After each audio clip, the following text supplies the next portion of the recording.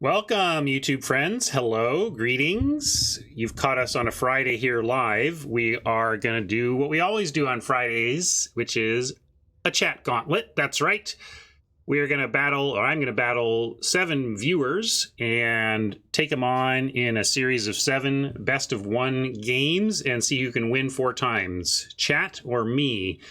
And there's extra incentives if chat can push past 4 wins. At 5, they get a small shopping trip. At 6, a large shopping trip. This is at the Arena store for bling for our account. And then if the dreaded slash whatever the opposite of dreaded is, anticipated 7-0 happens, well, chat says, what do I do with this next? So I like control over my hair. I don't know about you, but some foolish version of me made a promise to chat years ago now that if they could 7-0 me, that would be in the bargain. So far, I've held them off. It's come close. 6-1 happened. 6-1. Now I got my win in the first 3 or 4 games, so I wasn't sweating the hair. But boy, 6-1 shows you that the hair could go any week. Is this the week? I always express my fear, even though Cube has one of my best win rates. We're doing Cube today, by the way. That's another thing to say. The campus-style drafting has been fun, but we're all feeling the need for something fresh. And our friend David Vero updated his Cube with all sorts of the new stuff, not only the Mystical Archive cards from Strixhaven, but also some stuff from the new historic injections, and really has powered up this cube significantly. I hear that there's a Storm deck available in it now. I threatened to do my homework. I got the cube list a couple days ago, and I threatened to study ahead of time and do my homework, but it was all a big bluff. I didn't at all. We're gonna do it live. But I was telling chat before we got in here, I doubt that I'm going to blindly try the Storm deck out of the gate with my hair on the line first time with a new cube. So, but yes, as I was saying, like, even though record-wise, historically, I've done pretty well against chat when we cube, but it always makes me nervous because the variance factor in the quality of your deck in cube is at its highest. Even though I'm pretty good at it relative to the field, and am at least a 500 plus player here, it's super scary because even a good player can crash and burn in any given cube draft, and it can go horribly awry in ways that traditional drafting cannot. So always makes me a little nervous, even though this is somewhat of a wheelhouse format for me. And I'm really looking forward to it, though. It's always a blast to play against viewers and have people on site. It's a great community moment, and if you want to be a part of it, by the way, you can absolutely be the next player on this here event. I don't know about next, but if you join our Discord is the thing. The GoingOptimal Discord is where you jump in to learn about this event, learn how we do it, and basically touch base with and get to know the mods on Discord. And then once you've demonstrated your basic competence and basic humanity, you'll be welcomed to participate in this event with us, and you can help go after this flowing locks and try to get some shopping trips in, or just find yourself under my boot heel, which is where I prefer to have you. But magic is magic. Anything can happen, and we embrace that as we move forward here trying this out. If you want to embrace my sponsor, Card Kingdom, you're going to go to them via my affiliate link. You can find them in the panels down below, in the YouTube notes, in the chat link there. That lets them know you got there from here, and that helps keep me on the air. Nantuko Avatar, Nantuko is back. So glad to have you, buddy. So glad to have you. When an old friend returns, it's always a great moment. Appreciate it. Good to see you. Now help me out here. Help me keep my hair, all right? 29 month subs, too. We miss you too, buddy. So glad to have you. Hope you can hang today. And that's the type of community we have. I love my community. I love the regulars and how they make it the community that it is. Perhaps I was the beacon that drew them here, but my community is really about my community. Just ask my community how heavily I'm using Discord. It's like not as much as I should probably, but it's such a great place with great people. If you're into Magic, you're into wanting to draft for on the cheap. Because the other thing that, like, while we do this chat Gauntlet thing on Fridays, you can do this, what we're doing here today, all week long with people on Discord. You just need to scrounge up a crew, and there's always people there looking to get into some no gem, no gold arena drafting as well. And that's one of the chief uses of this this little website I'm going to hop over to right now. Let's hit the left monitor. Thanks, Card Kingdom. Appreciate all the support. Check them out. Check them out. They really win your business when you give them a chance. And I got depressed again last night. My buddy Adam plays a lot of drafts, a ton of Magic in paper, tabletop Magic, and then doesn't want to keep the cards. So he sells his cards to me. And my policy is to match Card Kingdom. But what I do is I look at what Card Kingdom is selling, is buying it for.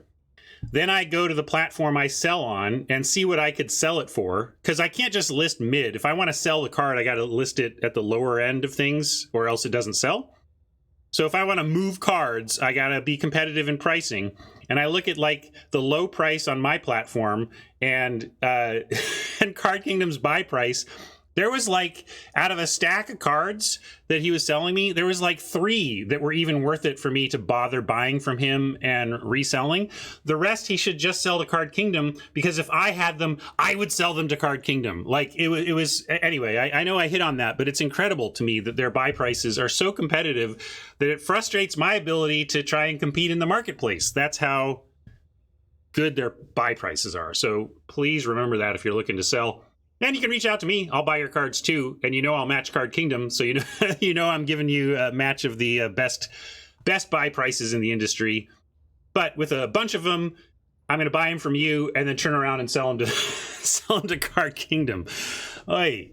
Anyway, that's another little aside there for you. But we can jump in anytime. This is our website, our website. This is the website we use, but it's not our website. It is Sanryoku's website. If you want to help Sanryoku out and let him know that you appreciate what he's done for this community, you can click the Buy Me a Coffee link on the MTGAdraft.tk website and give him a nod.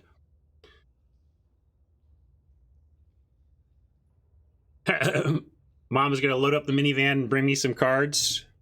Well, when we do the Seattle area Magic Fest, it can be a party with Magic buying.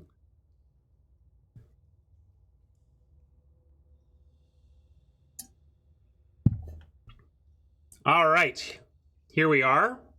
Drafto. Cube time. It's going to be a lot of good stuff leaping out. A lot of new stuff to check out. What do I want here? What's appealing? Crux of Fate is a sweeper. Thousand Year Storm is, I assume, a storm card. I'm going to avoid that for now. Day of Judgment for just a straight up easy peasy control start. There's Glory Bound for aggro white start, but I don't know if we want to, like, I'm fine to play aggro, but I want the I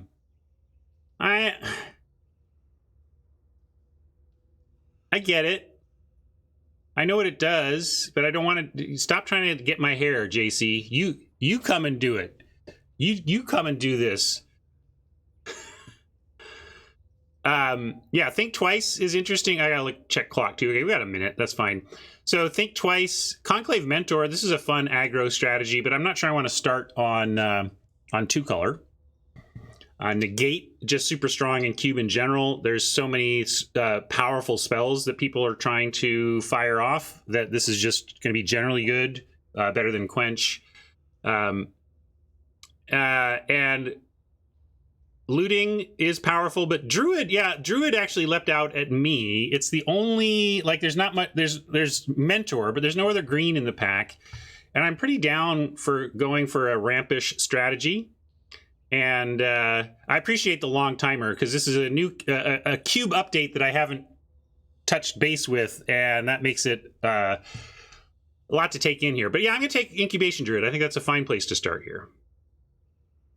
Hornet Queen is a payoff on the upper end for starting with Incubation Druid. There's a lot of games where you think, well, I can't lose now, or I got this completely under control, and then Hornet Queen says, no, you don't. That being said, we don't need to marry the Incubation Druid. It was a kind of a weakish pack. There's Rutha here. We can start trying to copy the heck out of everything. Deputy of Detention. A lot of good gold here. There's Pack Rat, just baseline. Win the game on its own type of card. We've got Settle the Wreckage as really one of the premium quote sweepers. It's another one that's like, well, we win unless settle, right? And also taking it here means the table, like it's pack 2, so only one other person has seen it. Although, of course, this is a spot where I let chat watch me deck build. So if I deck build with settle in my pile, they're all going to be able to play around it. So that's one thing to consider here. Rutha Time Warp, yeah, getting some extra turns is pretty fun. I kind of want to be the fun police, but so far we haven't had the cards to do that unless we want to take it like an elite spellbinder here. Yeah, face up settle still puts you to the test, right? That being said, could also just go with the Hornet Queen and continue to kind of cut the green and try to be the green. I mean, I love a Hornet Queen, I really do.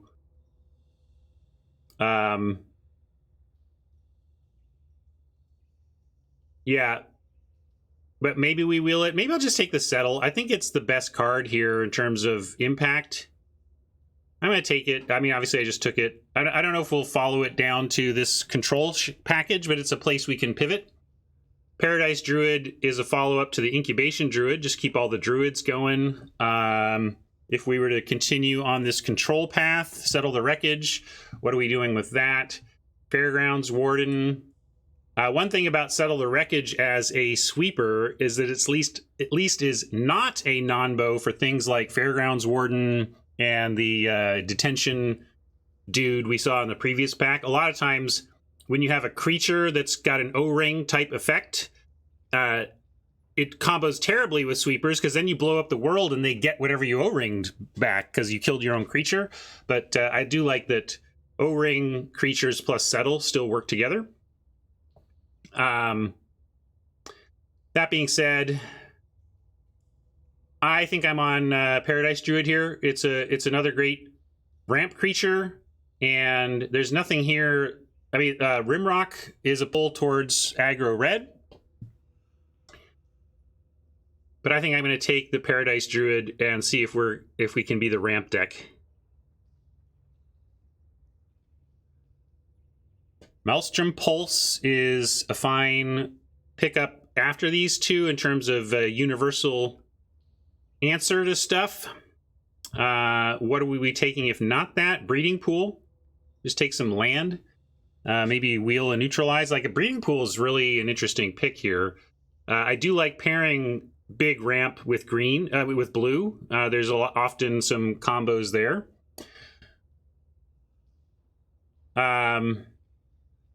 But yeah, Pulse should be pretty darn castable. Like base green, tap for anything means you can do a lot of this type of spells. Green with a second color. So I think I like Breeding Pool or Pulse. Pulse is where I started. Are we getting pushed off green? Maybe. Maybe there's just not a lot in the packs.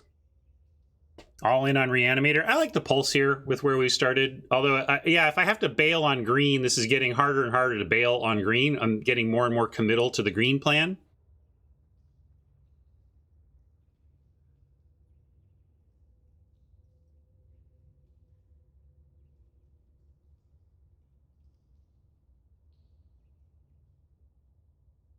Settle could play in this too. We can end up some kind of Abzan.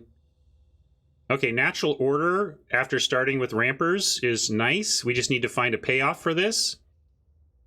This is one of those cards I'll take early in, even in a Vintage Cube, knowing that it just does something that that no other card does. This is not a replaceable effect for the most part. I mean, it's not completely irreplaceable, but it's the most powerful version of go upgrade your creature, you know, sack this creature and upgrade it, like this is the best one. So we're going to take natural order and really lean into this now, because the other thing that happens is that you play a mana dork on 1 or 2, and then natural order is a turn 3 play, sacking the dork that's accelerating this out.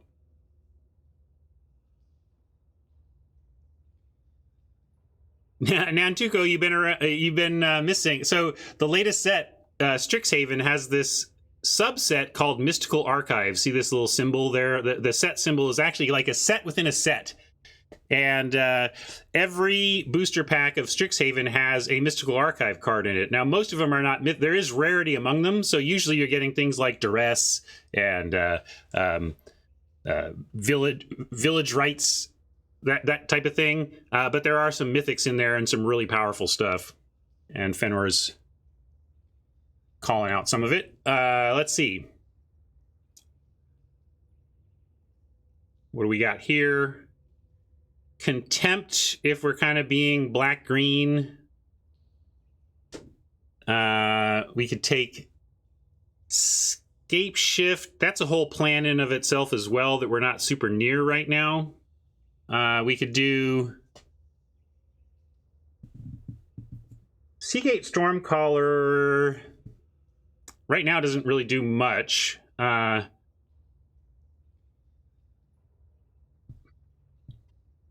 Yeah, what would you take here, David? I don't know what the pick is here. Maybe even like Siege Gang Commander. I think Vraska's Contempt. What I like about Contempt is it says Planeswalker on it. It represents Planeswalker control. Land just in case. Sacred Foundry. Yeah, I guess it does match the Settle, but it's so far off from what we're doing. I'm going to take the Contempt. It at least matches some of what we're doing here.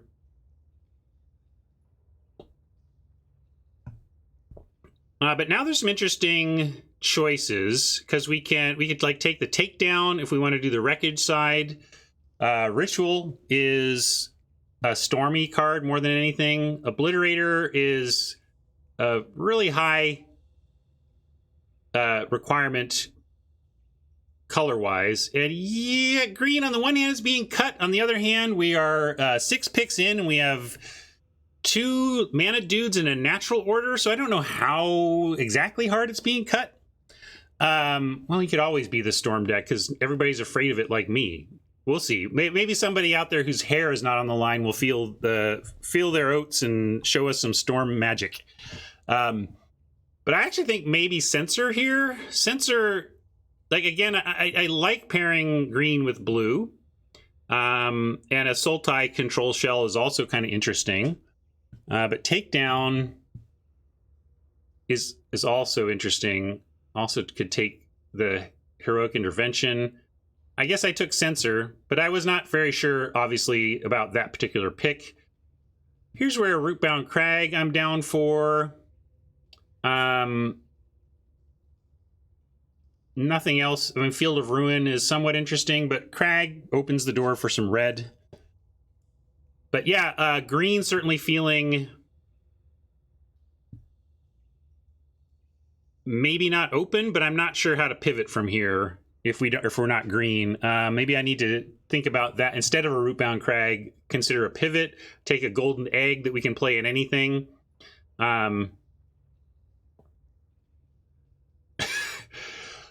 Anybody who talks about Storm and how I should have been in it, I'm going to start timing you out. I don't want to hear about it. I'm not doing Storm today. You do it, and I don't want to hear about it.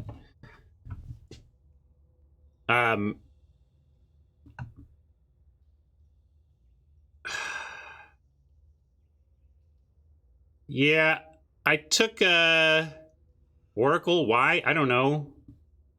Now I kind of want a Conclave Mentor. Bastion of Remembrance. Faithless Looting still here. Think Twice still here. Flood of Recollection. Yeah, it looks like Think Twice is just kind of where we're at. Green-blue stuff. We do have this Censor. And this is where operating at instant speed is super relevant. Like being able to hold up Censor and think twice if they don't do anything you get to censor. That's where control shines. That's where the power of instant speed card draw and counter magic pairing together really shows itself.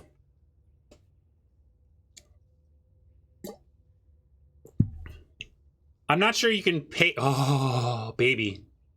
Thank you, table. Thank you. Thank you. Thank you. Turn 3 Hornet Queens, anybody?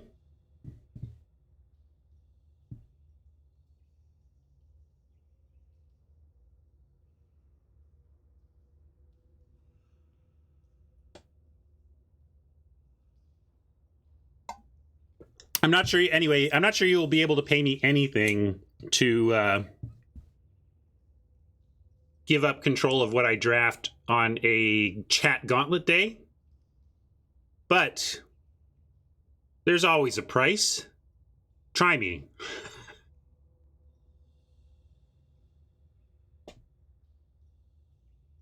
Yeah, forcing always sounds good until you're there doing it and you're like, this isn't, meh. I'm going to take a trophy. It's possible. Is this another one of them storm things? Yeah, right. We'll let somebody. I hope somebody shows me, though. Somebody else can show me. I'm just past it. Was never even going to risk it. Not once. Maybe I'll do this for. Maybe we can do this for fun midweek. If you want me to force the storm angle, let's play. Next week, midweek or something. We'll take a trophy. Maybe we can be Sultai control, and then we get like a Phyrexian Arena, but there's a neutralize. What do we do? I guess we take the neutralize, but I kind of like this possibility of a Sultai shell here, but neutralize is a little bit more where we're at.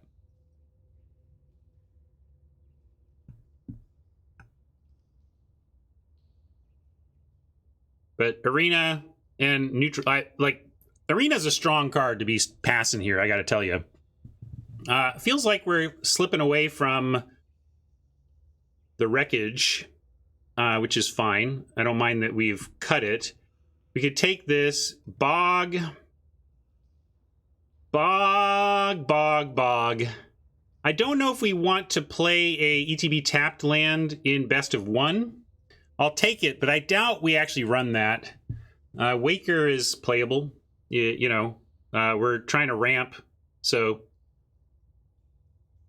And Bubble Snare, that's removal against aggro. You attack me with that, hyper aggro 1-drop. I have a 1-mana answer to it. That's pretty cool.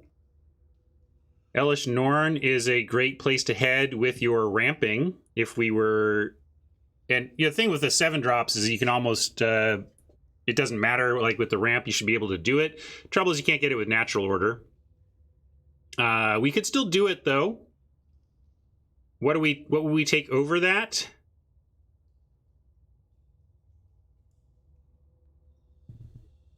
Rishkar?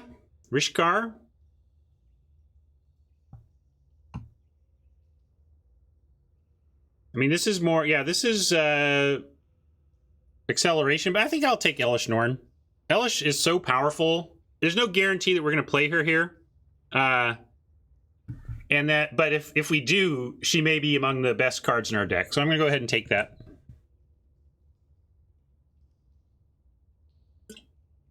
Yeah, that does make me want to actually pull the settle back in and consider heavier white lean. Because right now we got like Contempt, Pulse, and Trophy as the black. And we've got Elesh Norn and Settle in the white. And then a bunch of decent blue-green, right?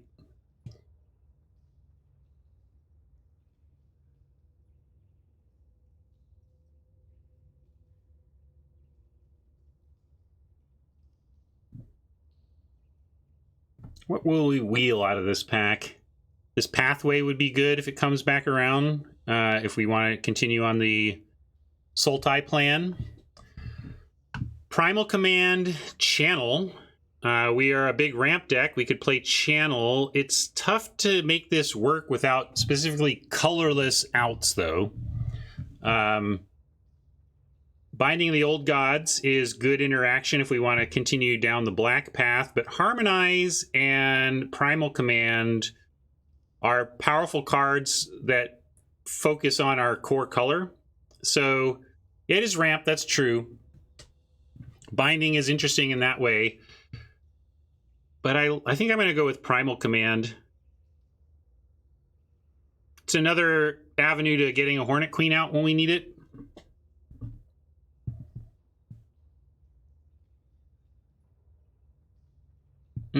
Yeah, I don't usually pick up the anthologies. I'm probably just going to do wild card style. Anybody strongly disagree with this? I mean, what are we looking at in, you know, Blast Zone Channel? I just don't... I guess it's Binding, Harmonize, Primal Command, or a total long shot on Channel and see if we can do something with this. Right now, we're not in that place, but we do want to be the ramp deck, and if we happen to end up with some of the colorless bombs, that would be quite good. Fenrir wants the Harmonize, which I get, but also we're looking to be in blue, which is going to give us some core competency card draw in that color. So that's why I'm going to go with Primal Command over Harmonize. I might have done it anyway, but that's really what's pushing me over. Well, we have Think Twice, but it's not about what you have. It's about what necessarily. It's about also what you expect the table might provide. Ugin is the type of thing you want to channel into. But Agent is a nice thing to ramp into. Pathway would be nice for supporting our mana. Right now, we don't have much support for our mana besides our green spells, and it seems like maybe green is being a little bit cut. Dryad is nice. Dryad lets us do everything. Rejuvenator actually might... Yeah, I mean, Treachery... This is super tempting, but we might not... we might need to focus on our ramp side. And then there's a Swords here. I didn't even call out that there's a Swords to Plowshares in the pack, and we're looking at possibly being in white. If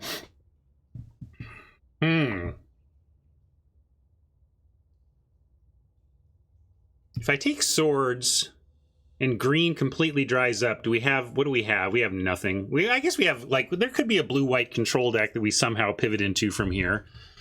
It's just hard to pass the best pinpoint removal spell of all time. But its great power is that it slides into curves at 1 mana, and if we're ramping, that's not quite as important. There's Nightmare Shepherd.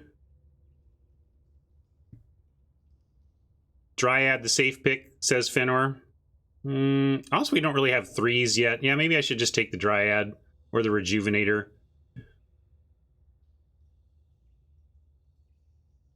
Cody is fun times. We know that. A couple of good cards to pull you into... Like, this is the aggro white pack that would have gotten me in that direction. Unbreakable Formation, Luminarch Aspirant, and Vanguard are all excellent in the mono white aggro, so it's kind of good. I mean, at least nobody in mono white aggro is getting all 3 of these. Watery Grave for the fixing, yeah. But it's Watery Grave or the multiple choice, right? This is really appealing as well. But I keep passing lands, and we do want some eventually. But with, I'm going to take this. Multiple choice seems too good. But I may end up regretting these greedy spell picks over the disciplined land picks that you got to make in cube sometimes. We'll see if this produces some end of draft regret.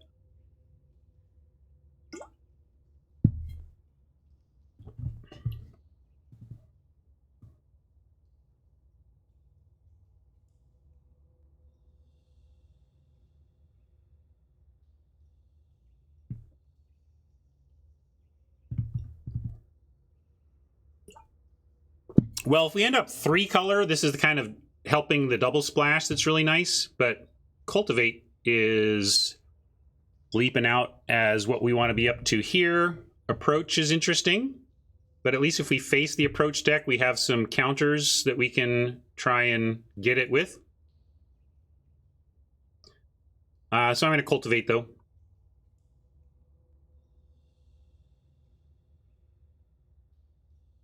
Yeah, there's a channel target. Maybe we'll get channeled. I don't think we can count on channel wheeling, so I'm not going to like pick up these colorless 11 drops on the potential of channel. But if channel comes around, we'll grab it and see about other ones. Is the Temple Garden could finally be me getting some discipline, but we got a growth spiral and we got a Sublime Epiphany. How do I pass? I want a temple, but growth spiral, Sublime Epiphany, we don't pass these, right? I think I even want Sublime Epiphany. Yeah, I'm gonna take the Epiphany. Such a blowout to resolve that, but growth spiral would be great.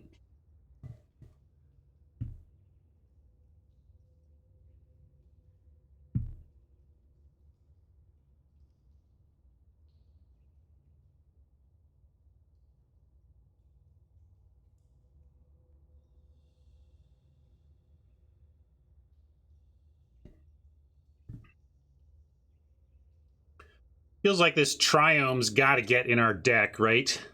Saw It Coming would be good, but green, black, white? Triome? We don't have blue there, but it sets up with the green or black and green and white. There's also this Triome. But I do like the Saw It Coming. I don't know if we're going to be 4-color. If we're 4-color, this is even better. But it's going to be green, black, or green, white. And we're going to be doing one of those. Yeah, Prism fixes as well, but I'd rather have the one that doesn't take up a spell slot.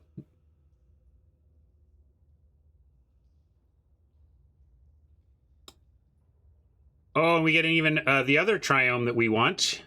I want this Florahedron. I want this Eliminate. I want this Blink. But this is the Dreamy Triome, right? So I'm going to take that. Although Meteor Golem, ugh, the memes, this is a channel target too. Not that we have channel. I hope somebody does, though. Took the channel and is going to Meteor Golem and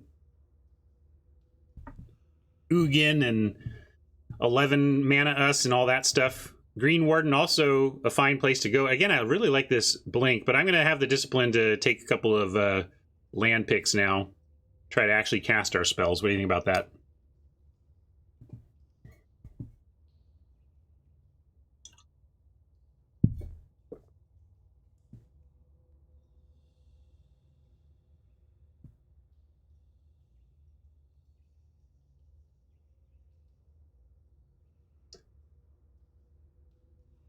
All right, Excavator came back, Curate came back, World Tree came back, Chapel and Pathway came back. Pathway might be a little better than World Tree, but World Tree, I guess World Tree is going to help fix everything, right?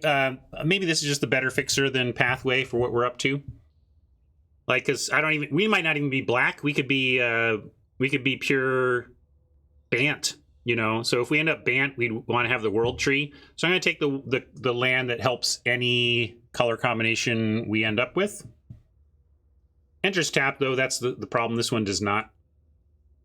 All of our cool fixing lands right now are ETB tapped. All right, Channel came back around. So did Harmonize, though. So did Spell Pierce.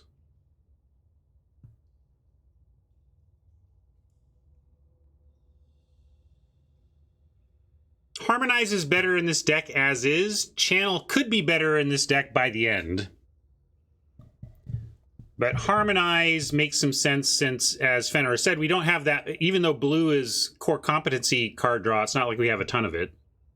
Gidanmore says, we have a whole other pack to find payoffs, but how many do we need before we're happy about running this? All right, fine. I'll be fun and take the channel. I think it's probably correct to take the other card there, but channel's fun. Rejuvenator does the thing. Land here also does the thing, though. Yeah, that's a good point. This is a nice Sultai land pickup, but Agent of Treachery was on our short list last time, too. Scootering Surveyor helps fix. We do have a lot going on at the top end, though.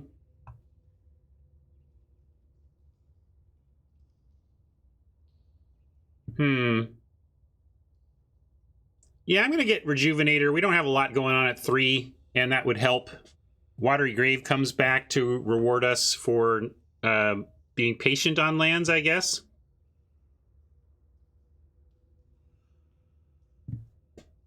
Right now, I'm thinking we're more Sultai than Bant, but we'll see how things break. Yeah, I'm not sure of any. I'm not sure we're doing. I'm not sure of the white or the black. I'm sure of the green and the blue, but I am uncertain either side on white versus black. And then we can take Colossus or Extinction Event. We have to be careful with it, but if we do play black, we might just want an Extinction Event. I know that the Metalwork Colossus is ostensibly like a channel thing, but it's not really what you want to be doing with channel. Like, you would do it. I mean, 2 mana, 10/10, sure. Yeah, I mean, I get it. You would do it. But it's like, I'm going to take the Extinction Event as, I think, being a more important card to the deck overall. Temple Garden, we may be 4-color. Maybe we're just non-red here. If we get some more lands and fixing, I don't see why we can't do it all. I can take the Preserver as well, but I'm going to take the land here. And Spyglass, better in best of 3, but a consideration, I suppose. Cobra, we like seeing that. Zenith is card draw and win condition. Swarm is also kind of win condition. Compulsive Research is just a fun Magic card. I played Magic with a friend who had been off the game for years, like 5+ years, hadn't really played Magic, but was very much like aspirational pro type Magic player when he was deep in the game. And Compulsive Research, one of his favorite spells from back in the day, he had no idea what the Mystical Archives were, and he was completely tickled that basically his first game back to Limited in a new Magic set, he resolves a Compulsive Research, and then I untap and resolve a Demonic Tutor. He's like, what is going on? Where, you know, I thought that was great. Anyway, probably just Cobra, right? Although Cobra, without fetch lands, doesn't do the busted stuff, but is still ramp. Still sacks to go get a Hornet Queen with a Natural Order. So I'm kind of on Cobra as 2-drop ramp over 3-drop ramp. But I like Omen, I like Zenith, I like Research, I like Cast Down. But I'm starting with Cobra. Questing Beast is just that, just kind of a beast. Massacre Worm, fine place to ramp to. We might wheel that, though. A lot of people don't really want to, just don't have the deck to put a Massacre Worm in it, but we kind of do. Krosan Tusker does the thing. Goes into hand, not battlefield, so cycling Tusker is not ramp, but it ensures that you're going to hit your land drops. But I think, yeah, I like the Beast. I wouldn't mind a Memory Lapse either. But Beast is a nice thing to have in the mid-range. Like, you'll often hear Luis and Marshall talking about how kind of mid-range green beef doesn't have a great home in a lot of cubes, because generally when you're doing the green thing, you're trying to focus on cheap mana producers and expensive payoffs, and those middle cards end up kind of falling flat a bit. But in this case, one of the things this has so much going on, and especially, again, it's good Planeswalker control. So I really like a Questing Beast, almost as, think of it as a removal spell for Planeswalkers. Abandon everything, Hellrider. Certainly Hellrider is one of those cards that gets me into mono-red aggro. Here's the Demonic Tutor I was just talking about, right? So I think we take that. And then there's Ulamog, and we do have the... Now, this is what you want to do with Channel, but I also don't think that anybody else at this table is going to want Ulamog. So I think we try to wheel the Ulamog and we take the Tutor.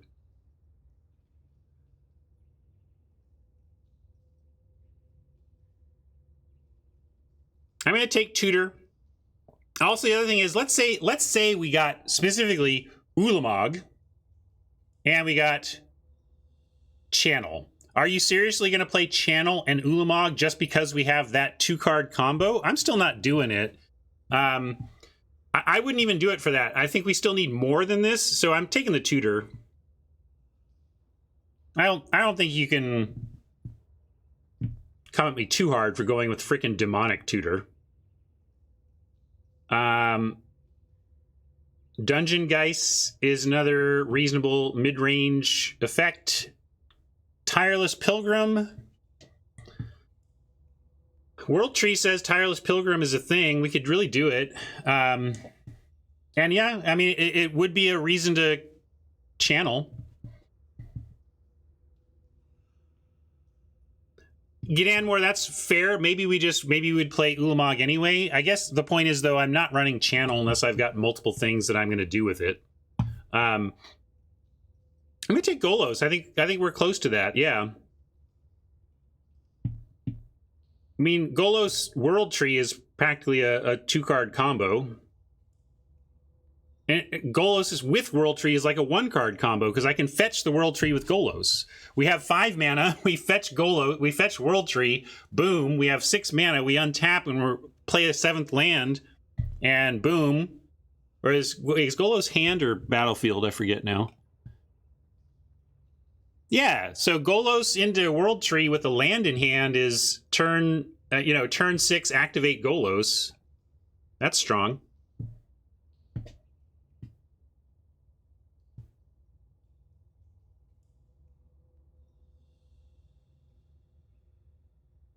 Boy, Cube just leaves you feeling like you're passing the world, though, right? It's just every pack has so much good stuff in it.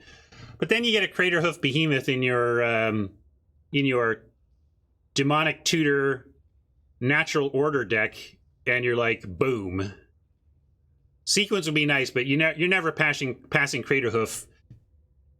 Even though this is not a great Craterhoof deck, because we're not that go wide. I mean, with Craterhoof, you want a bunch of these mana dorks, and we don't really have that, but we're still taking it.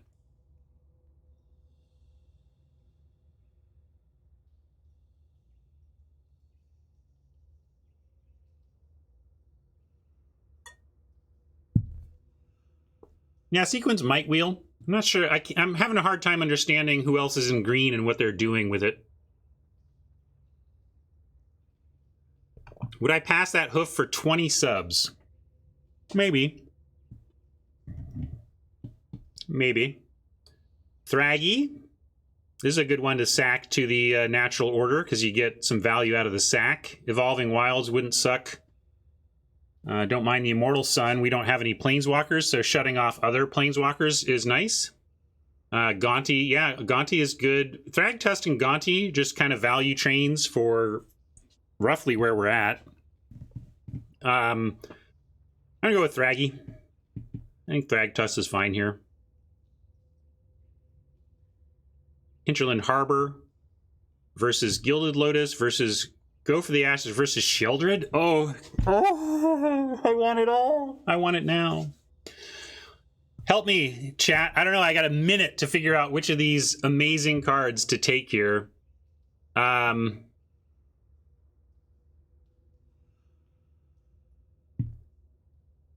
Grow, Harbor, and Lotus, all interesting.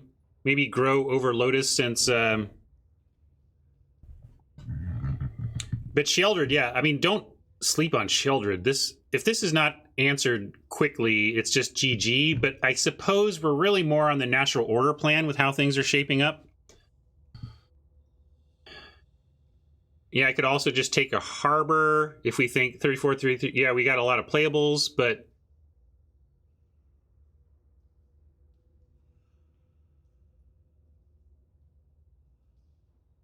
All right, I can't believe I'm taking land out of this pack, but you all are probably right.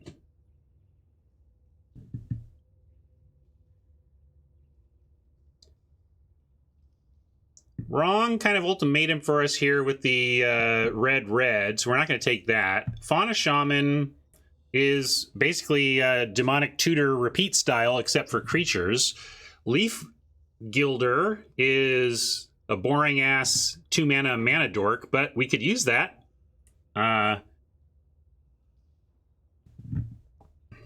So I think with Natural Order and Demonic Tutor doing our kind of our searching, our Fauna Shaman job. Yeah, Fauna Shaman plus Sheldred would be quite the combo, and maybe somebody else down the road will get it. But I like the Gilder here for continuing our ramp plan. And I could take the Archdruid there.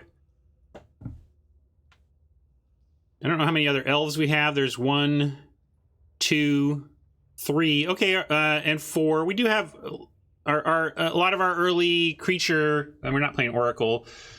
So we can take the Archdruid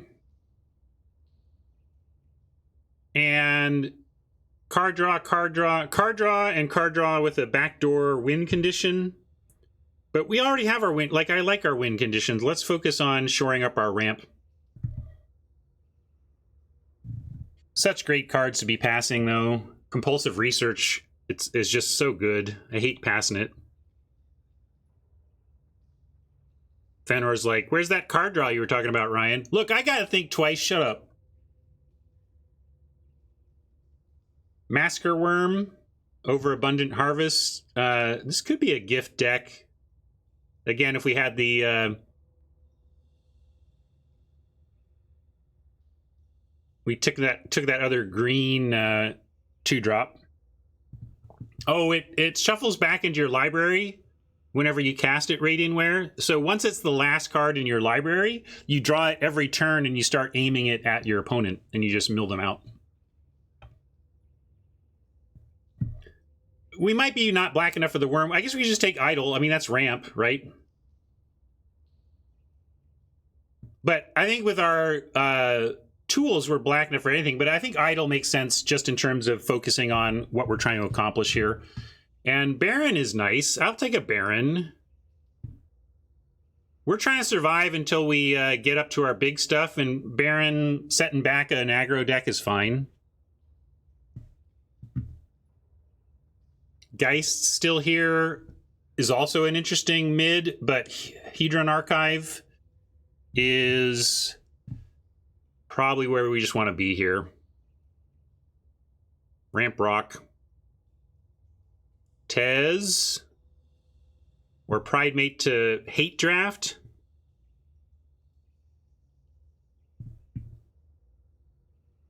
If Pridemate's still here, it's probably not going to do wonders for anybody with what's going on left. I'll take the Tez, but I don't think this pick matters too much. We're not on the Tez plan. We might be on the Maze Mind Tome plan, but probably not. I don't think it's what we want to be doing on 2. What do we think of this deck? I don't know. I like a last pick Catacomb, though. Question number 1, are we playing the white? I'm going to say no. We don't really like Elish is fine. Settle is good, but there literally are only 2, and we can just go Sultai and clean that up nicely. And then Temple Garden can go. We still keep the Triome as a dual land, and then we've got the legit 3-color Triome in our colors. I'm going to cut the lands. So, well, I can just do math. I won't. This makes it easier. So, a lot of tough cuts. What are we focusing on? We are focusing on this plan. Like, I'm not playing Channel. We can make that easy cut. Not playing Channel to ramp to Golos. Probably don't need even a Waker. Maybe I'm cutting that early, like that.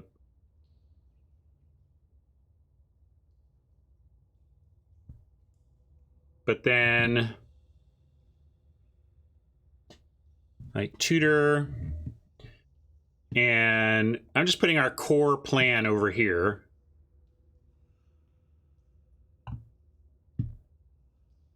To an extent, these as well. Like basically any creatures that can ramp us to Hornet Queen early or whatever. So this is our core. Maybe we cut Baron as being like a little too heavy on the blue, although we are going to run a neutralize, but you can cycle that, right? Waker does do stuff on 2, but we're doing a lot on 2 already. I figured that's not what we wanted to do on 2, but, you know, like, because we have Think Twice and Censor and... Is Trophy good enough? Let's see. They get basic land. Yeah, probably want that. Oh, Nantuko. Oh my gosh. Nantuko, they made me 30 memes for the new set. I was busy drafting, man. But let's see. Going optimal for Sesame Street. Sure.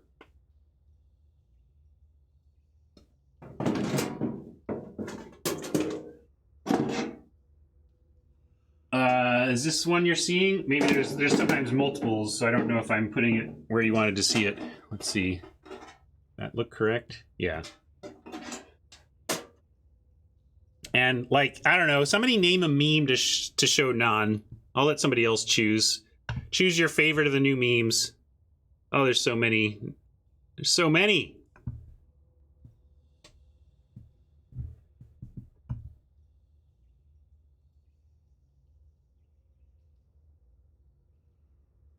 All right, Hypnotoad, Professors, and Pop Quiz have been called.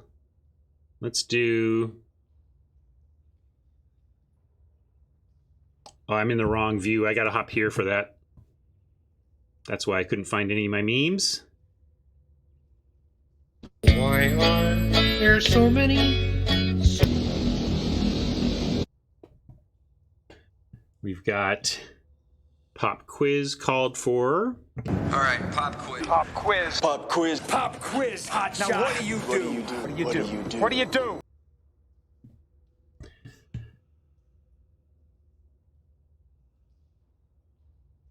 This one's good. I like this one.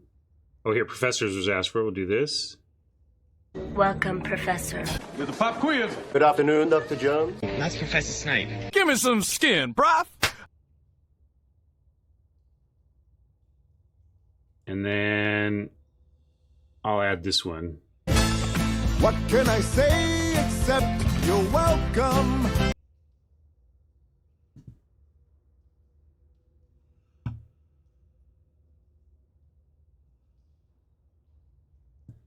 Rob is such a party pooper. Gosh, he gives me a get on with it when I'm sharing memes with Nantuko. Do you shove your guests out the door at parties? Time to wrap up, everybody. But here, sure.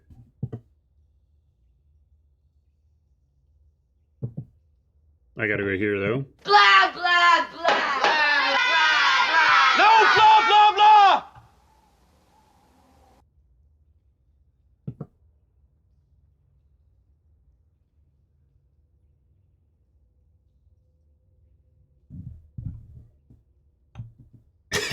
It is your favorite. That's fair.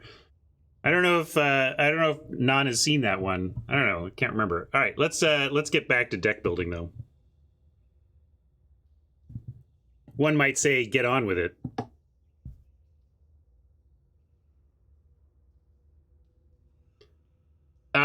No, there's a bunch of them. Yeah, there's if you want here, like I said, I was going to get on with it, but then there's several. So we've got this one. Get on with it. Yes, get on with it. This one. Is today's hectic lifestyle making you tense and impatient? Shut up and get to the point. And take your blah blah to the blah blahologist. All the ways in which Rob can tell me to shut up and fail. All right.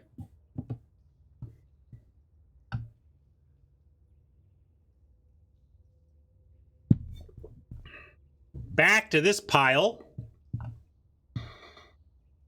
So I'm going to pull my ramp over.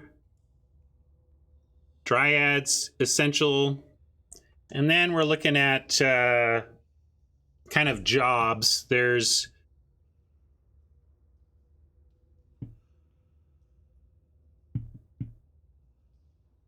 the removal job. Like maybe we don't need all of these. There's a lot of removal. Here's the card draw. Counter spells. I'm gonna cut the Baron. Our mid-range slot here. Maybe we can cut a Bubble Snare. Help me out, chat. Let's get this built and play. So I gotta watch out who in chat I trust. Fenner says just cut the black. Interesting. I could see cutting the heavy black, but it's so cheap for us to play a little bit of black with our lands that maybe we cut the Contempt, but then some catch-all Pinpoint and a half sweeper. And yeah, the tutor just is so strong for the plan. I'm not cutting the black for the tutor alone, basically.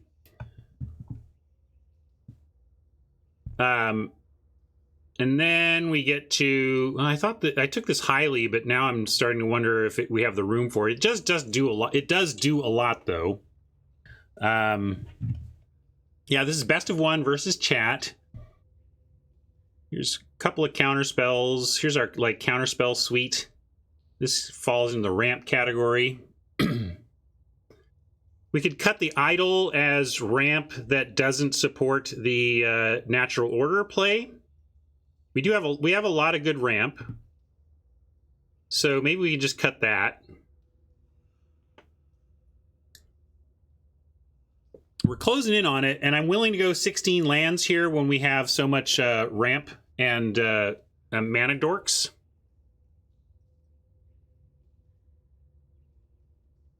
Yeah, multiple choice and Thragtusk are in a similar space for sure. Could suppose cut one of them. Thank you, Scotty. Yeah, we had a good time in the sweatsuit last night. Made a decent run. Vargan says we can cut the Questing Beast. I was calling it out as one of those mid-range cards that tends to be homeless in the cheap ramp spells, expensive payoff type decks. But it does do Planeswalker control in the mid-game, which I like. That being said, we have Maelstrom Pulse, Assassin's Trophy, and... well, we cut the other one, but we do have 2 targeted Planeswalker hate cards, so maybe I can give up the Beast.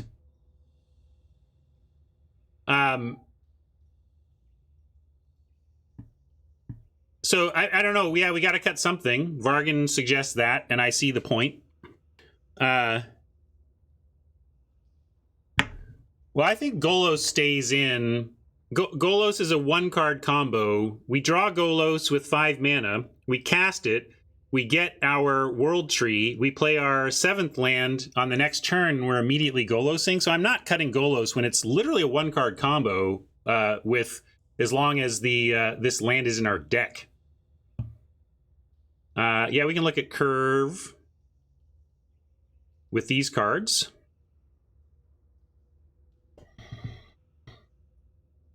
What is gonna give? This is agonizing. Oh, well, Kruzika said, is Golos only ramp, or are we planning on activating? So I was explaining how Golos, in fact, with the World Tree in the deck, is a 1-card activation plan. We could cut the Bubble Snare. Its job is to keep us from losing to aggro, so that we can tap down an aggressor for 1 mana. But we could cut it, and accept that that just weakens our game against aggro a little bit.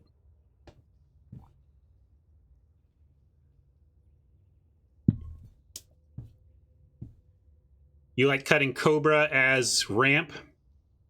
Maybe, but also like we end up with like a Cultivate situation that can double trigger it. I kind of want to leave that ramp. I mean, I already cut the idol.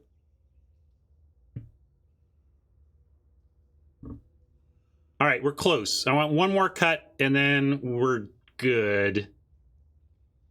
Yeah, I like the Bubble Snare cut. That was fair.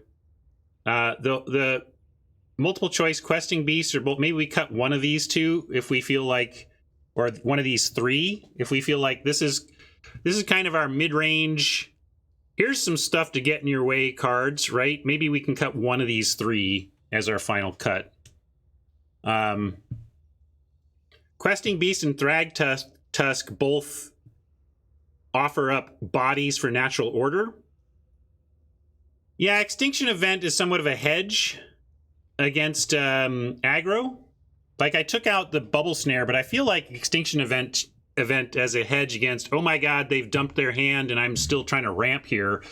That's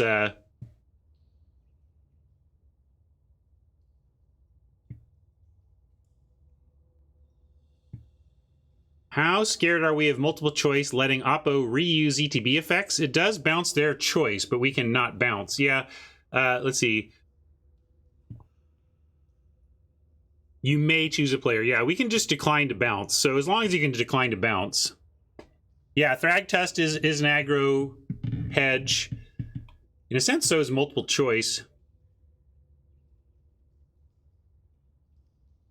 Well, then why don't we, like, there's something worse I can cut. I could cut the Extinction Event, I guess. Because if we're just, like, not going to worry about doing sweep-in stuff, I can try. But I'm going to say, okay, I'm cutting Extinction Event. Well, the archive is ramp and card draw. Yeah. I mean, what else? what would an archive be there for? I mean, besides what its rules say, which is basically ramp and card draw. But we got reasons to want to ramp up to here. So Extinction Event out, but I'm going to, if we draw multiple choice, I'm going to ask myself about Extinction Event, because I was on the verge with multiple choice.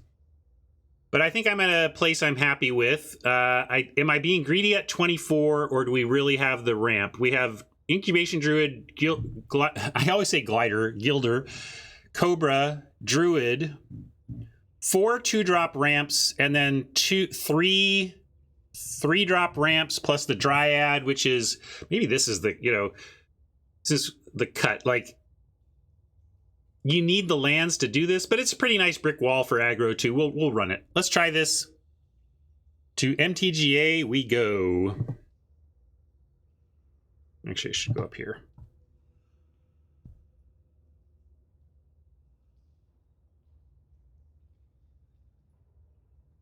Cube. Man, always so tough to make cuts.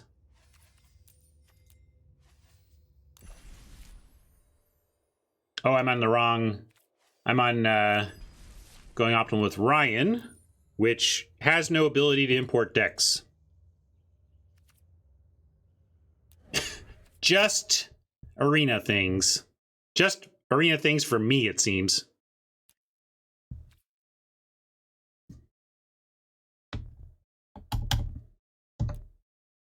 I mean, I haven't pressed him on it, so I could be a squeaky wheel, but it also just doesn't get in my way very much. The only thing I ever want to do on that count is limited anyway.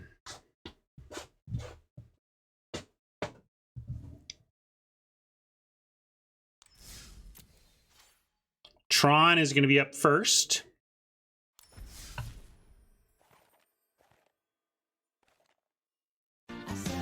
Oh, really? Okay, I can do simple.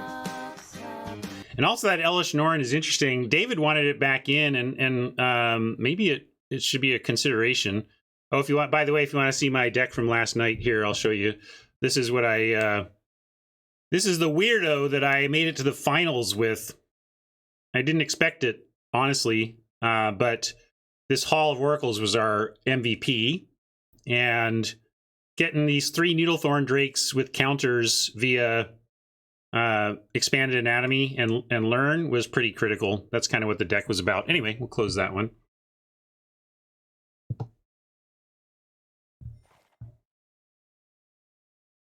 Jim, thank you for that sub, by the way. Appreciate it.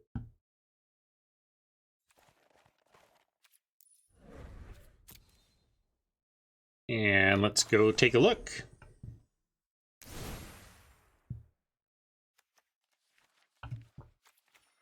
Don't know about that design.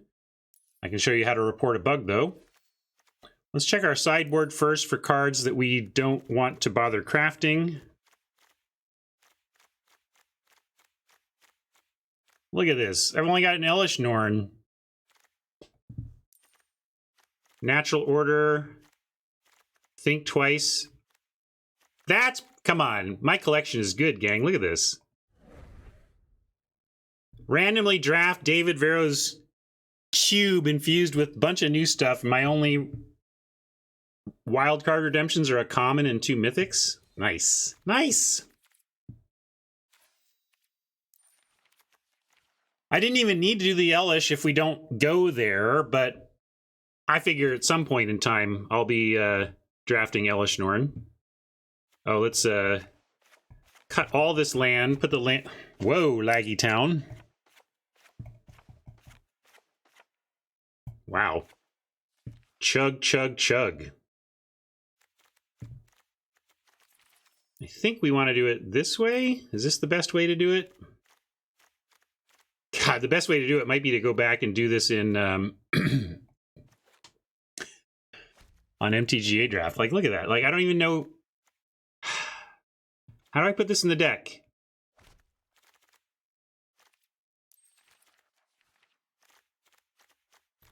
We'll do it from here. All right, it'll do it from here. We'll do it from here.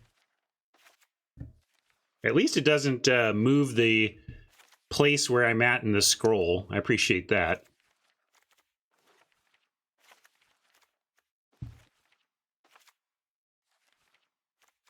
Temple Garden doesn't do anything here.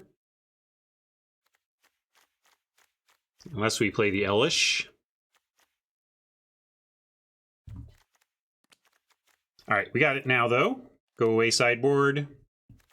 And kind of got Lotus Leaves for Mama. Nobody's chosen lands.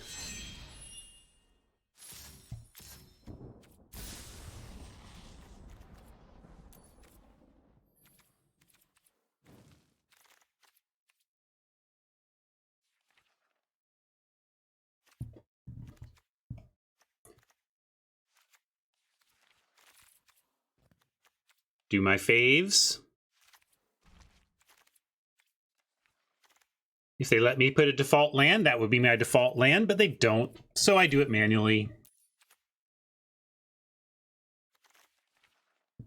Wow, that's funny. 0 swamps. You cut my swamp. Thanks for the suggestion, but you... Like, if I put a swamp in, don't cut it. I guess, like, you know, do 1. Boy. All right, let's do some counting on the mana. All right, all right, all right. We'll pop it up here. And if we went with, let's see. This is how many lands, though? This is 16. All right, so we're going to adjust from here. This can't be right, but let's see. If we just went with this, we'd have 1, 2, 3, 4, 5 sources of blue plus 6, 7. Out of that, we want more than that. Yeah, definitely chunky, but it might be my machine too. I've got, you know. But definitely at least that. What does this put us on forest, though? 7, 8, 9, 10, 11 sources of green with this. So we could even go down to 10. And re-up on the blue. Add 1 more blue. And then we get 3, 4... let's go like this. See it better. 3, 4, 5, 6, 7... And then all this stuff providing, you know, 8. Where did our cultivate go? Oh yeah, it's here. It's the I saw it's so it looks so weird. I didn't even see it. I saw neutralize. I saw dryad. Here's the cultivate that matters too. So yeah, I think this is good. This gives us again 1, 2, 3. Well, maybe this is only 9. No, this is 10. I like 10 green.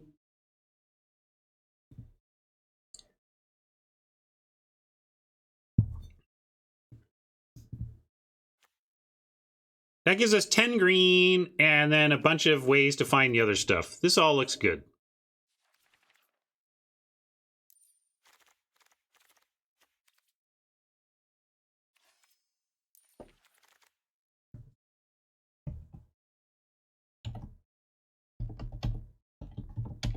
YOLO Golo.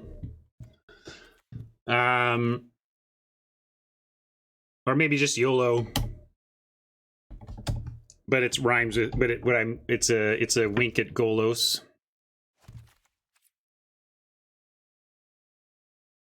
All right, I'm just gonna do this. We'll call this good. Let's get playing. YOLOs. It's a little spoilery. Maybe they wouldn't get that. I'll just go with YOLO.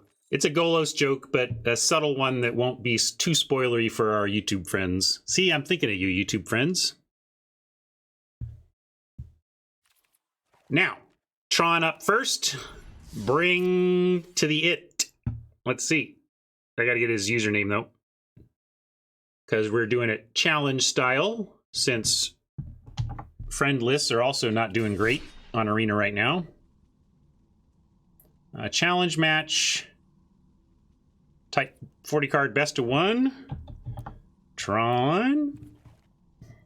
YOLO.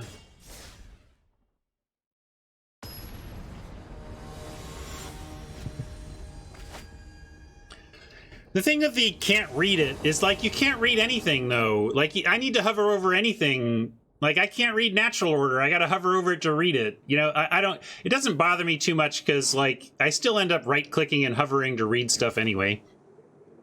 This is not as fast as we would like, but we do have Dryad and a natural order in the opener, so we're going to keep.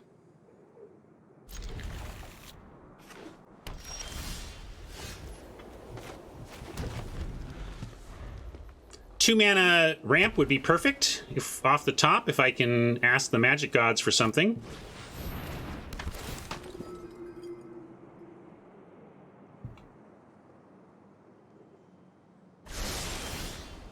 No such luck on that front. I think I'm gonna throw Tron a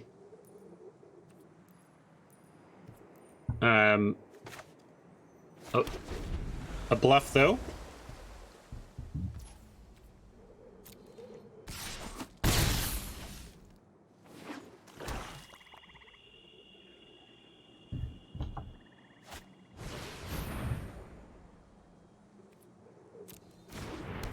Yikes!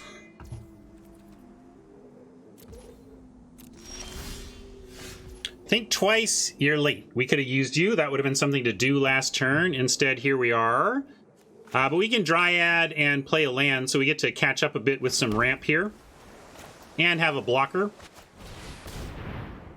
No guarantees this Dryad sticks around, but it's asks a question at least.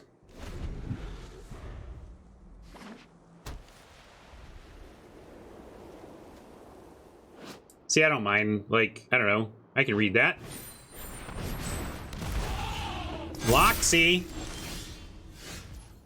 Foxy Loxy. Okay, so I could go Cultivate, play one tapped, enter the other one untapped. We could also Questing Beast and just have the Questing Beast down as a solid blocker.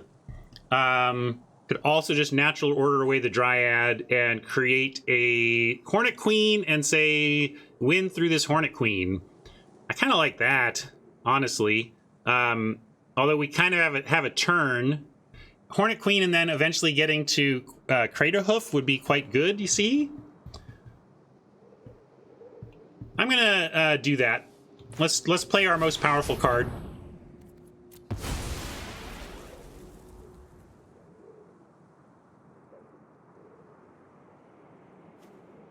And get one of our other most powerful cards with it. That's just so depressing for an aggro deck to see, right? 5 death touchers to get through.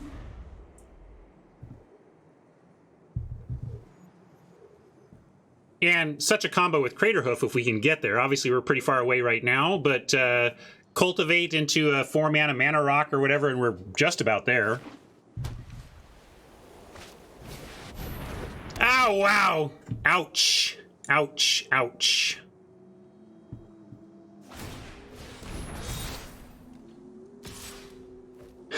Yeah. Fenor, you have spoken too soon. Cheaty face.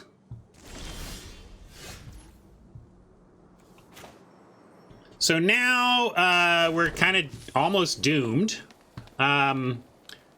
Unless we can somehow ramp out to Craterhoof pretty darn quick, which we're close to. 5, 6, 7. But then we're 2 turns away from that. It's not GG yet. I think we do this. We'll see if there's not enough land in the deck. That could be what gets us. Fenrir says think twice first to find land first. Yeah, that's fair. But too late now.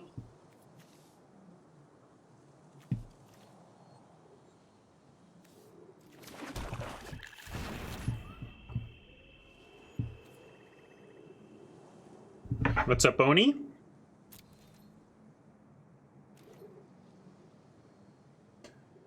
I'm gonna send a couple.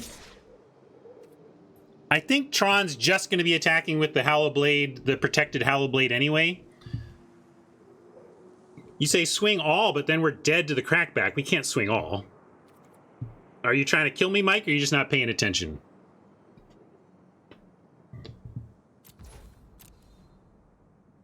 Mike is sometimes trying to kill me. It's a legit question.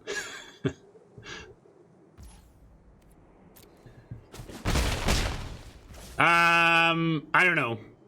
I guess we get, yeah, I don't know. We're probably dead. But we can find black and maybe, I don't know. I think we're just dead. I think we had it and then Tron out-trumped us.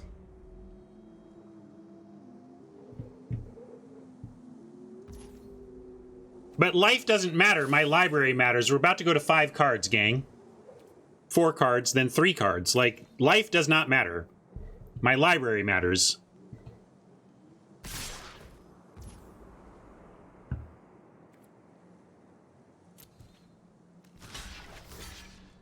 Six, 7, 8, 9, 10, 11. And to that end, I'm just gonna block 1.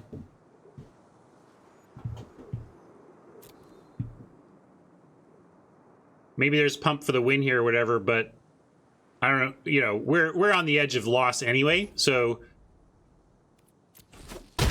we barely have a chance as it is.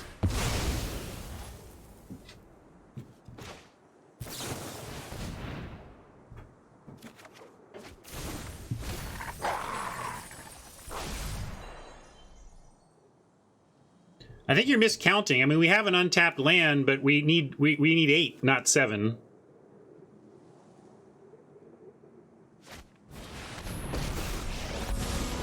I have come for vengeance. But it doesn't matter. I mean, not only did we lose there, but like I wanted defenses so that we didn't die on that. Like, it just didn't matter. Either we're crater hoofing for 1,000,000 or we lose, right?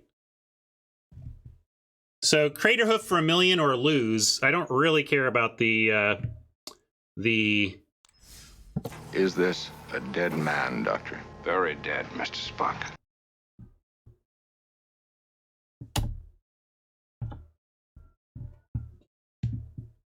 that 2 damage in the air or whatever. No, David, obviously natural order is fine for this cube, and Sword of Frickin' Body and Mind is no good for this cube, and you should cut it immediately. Had that until that stupid thing shows up. I guess I'm glad we're done with Sword of Body and Mind for the day.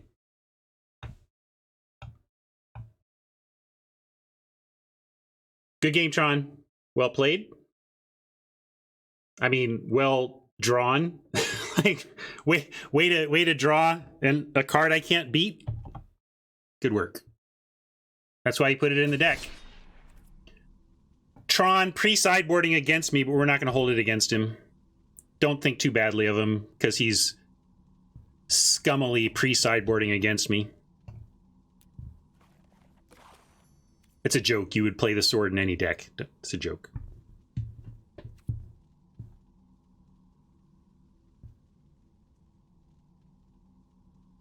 $40 best of 1. All right.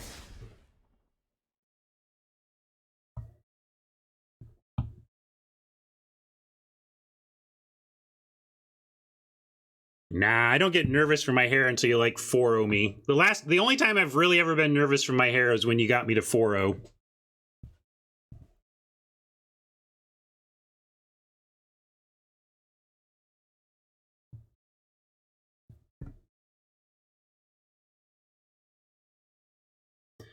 I don't know, Robert, but this Nantuko character comes around and acts like they own the place.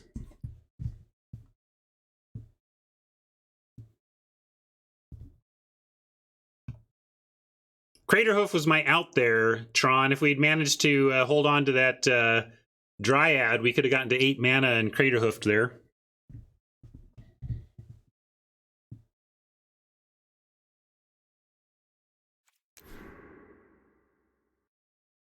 Thanks, Hat, on the retry.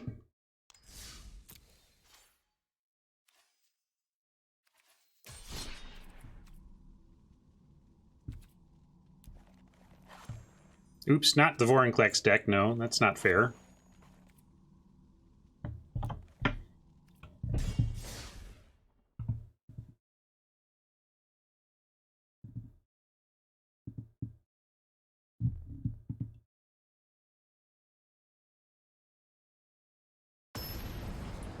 I mean, we didn't manage to hold on to it. We had to sack it to do the thing, but if we had been able to sack something else...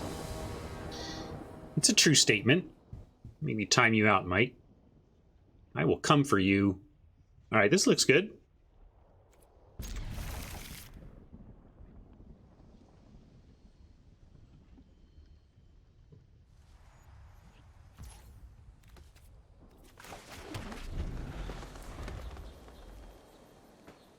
Druid could ramp us into Think Twice plus Trophy if we need Desperation Trophy work. So this would have been, this was one of our final cut choices. We elected to keep the multiple choice and cut the extinction event.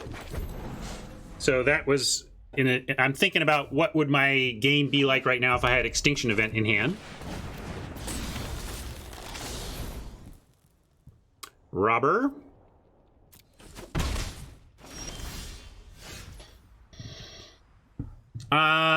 Let's see. That might be worth a trophy.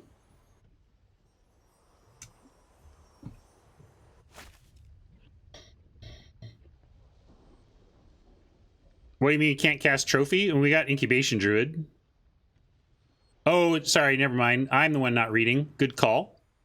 I'm used to this being 5 color, but it's because I was playing it in a format where there was so much land, it always felt like it. So we can play the Triome and have the trophy available, but do we even want to? We can also multiple choice for an X of 3, or an X of, X of 3 multiple choice isn't the worst. We could create a 4/4 in the face of the robber. If we play the Triome, we could do, we could do 3, we could do 2. I kind of like land, multiple choice, just make a 4/4. Yeah, Golos next turn is real. That's true. But I'm trying to avoid giving him anything with the robber. And the only way to do that is to multiple choice or Assassin's Trophy. I guess 1, 2, 3, 4, 5, 6. They drew 7. They play a land and a spell and get back down to 5. So if I can be at like 5, they probably can't get a card anyway. So that's fair. You like multiple choice for 2, send it back, set them back. Yeah, that's fair too. That's an interesting line from Mike. Just go ahead and bounce the robber. Obviously, replay it next turn, but setting an aggressive-looking deck back a turn like that could matter a lot, and it sets us up for Golos the turn after. Yeah, interesting. I'm going to go with Mike's line. I like it. It does the Golos thing next turn. It gives us, it buys us some time, which is what we really need out of all this.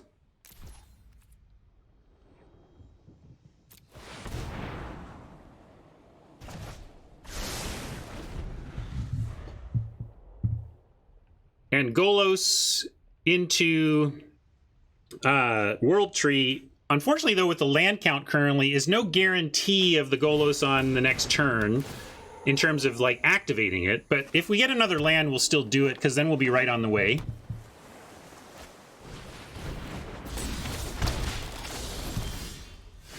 Well, that's interesting. We can Golos, but we can also rejuvenate Hold Up Trophy. And then the Golos play, assuming you find our land. Although I guess we can rejuvenate. Yeah, I'm going to go rejuvenate and Hold Up Trophy. I think that's correct here. Hold Up Trophy / Think Twice. Well, hello, World Tree. Let's do that since it enters tapped anyway.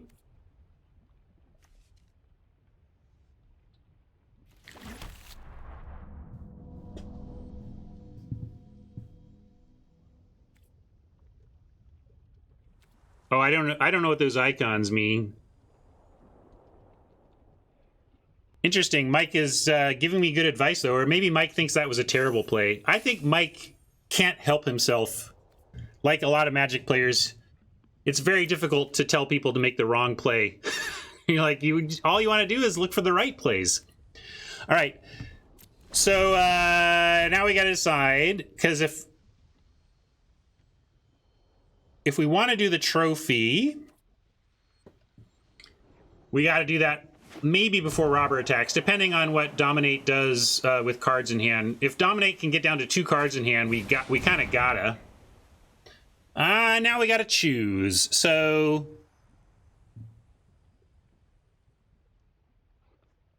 now we need to draw a. No, we get to Golos even without the Druid. I'm gonna go ahead and trophy the Robber. But this is a deck where I clearly don't want to just give him extra lands. Looks like a Teamer good stuff. So I'm gonna, but I think the Robber should go here. You would just think twice here. I guess we can take another hit from the Robber. It's unlikely to. Well, certainly let's tap for. Well, now I got to decide. This taps for blue, so I could tap this for green.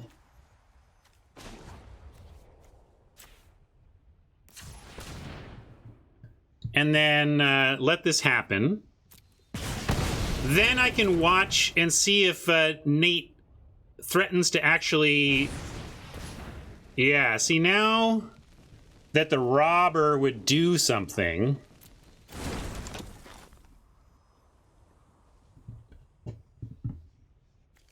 Although this is going to be trouble too. I think we're going to do this.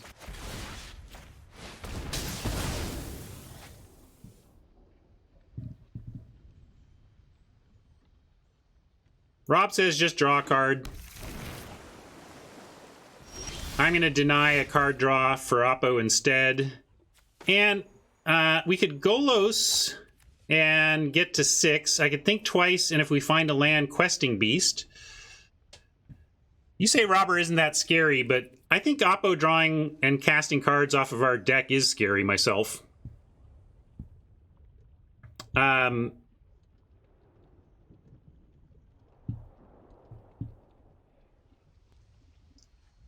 Yeah, let's go Golos. We might just luck into Golos activation next turn.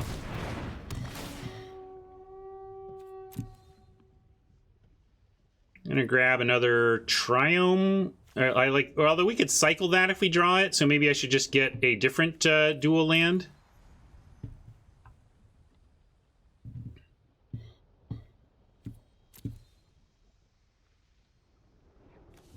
This, enter it tapped. No attacks.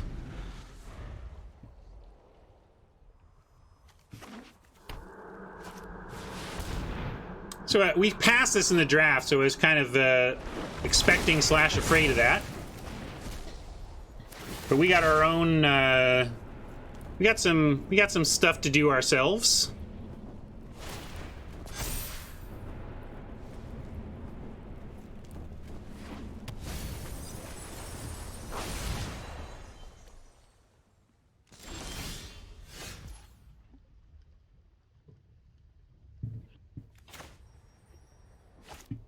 I think we think twice.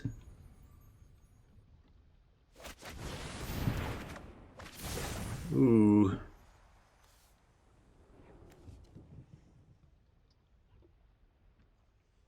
We could go Archdruid to try to get ourselves to Golos. I could just draw again, try to find another land. If we do, we can Cobra. Just play the Questing Beast and have defense against this beef.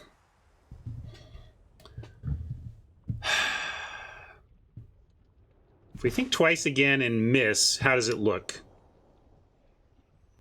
I don't like the looks of how it looks with this coming and powering up another Preserver. I think we have to put the Questing Beast out here.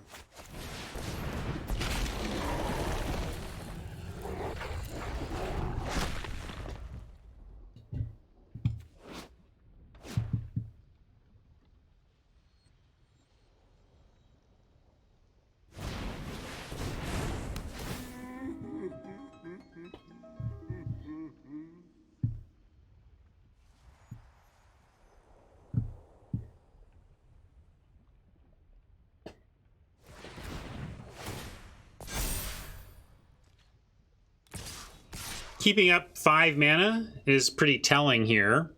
I like chump and trade, although probably just if I'm going to chump here, we got to try to take out the Preserver. But there's a lot of scary stuff here. But I'm going to go with block and save the Rejuvenator for a possible... Also, if Dominate does something to make this block not work, chumping the bigger thing again next turn will be better for life total. So I'm going to take the 5 and try and get that Preserver dead. Oh man, there's this fella meme somewhere, but not where I have it. This is really unfair. Come on, deck. Hey, yeah. All right, so I can tutor, though. I mean, if you got a Demonic Tutor, you should be all right. So what about Demonic Tutor into the sack Rejuvenator into make a bunch of Death Touchers? Let's do that. Yeah, True and I on the same plan here. Oppo with potential Counterspell mana up, so that could be a thing, but we're going to make him have it.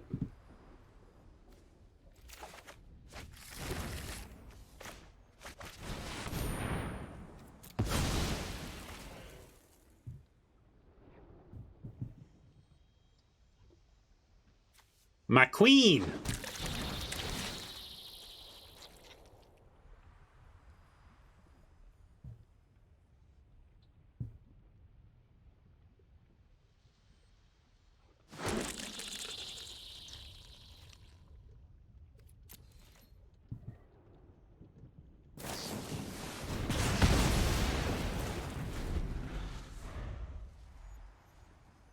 Not the worst result.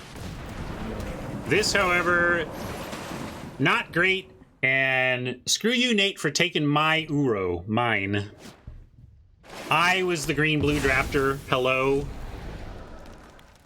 This is why Cube makes me so nervous. It doesn't matter.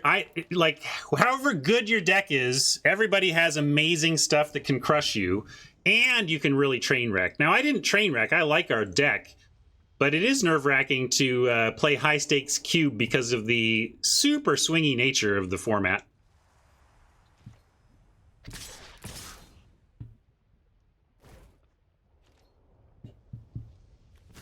Nobody deserves Uro but me. Obviously, we're just going to try and make this happen. This reduces the effectiveness of Craterhoof if we should find it. But I don't know what to do besides... attempt to kill the things trying to kill us.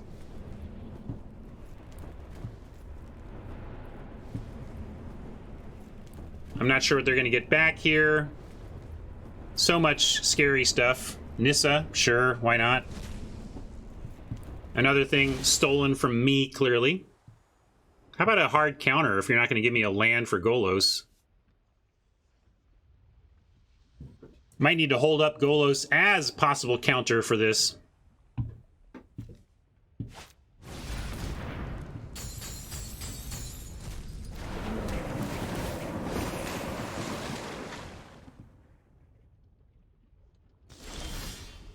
All right, well, we did find the land, so we can Golos. At least and Nissa being drawn is big trouble. We have Neutralize.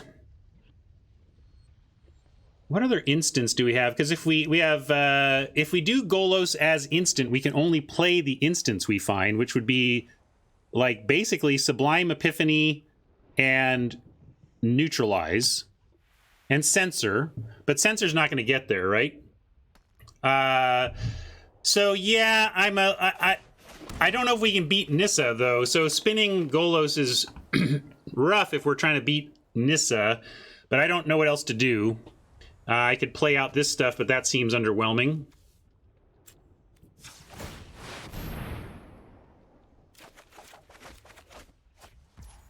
All right, all right. Oh, I can't play that.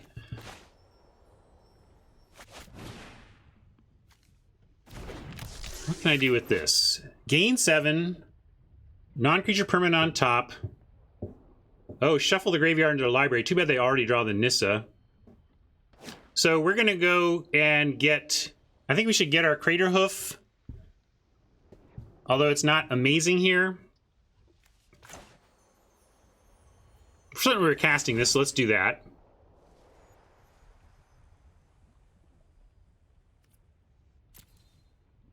But yeah, redrawing Uro, that's not bad though, necessarily.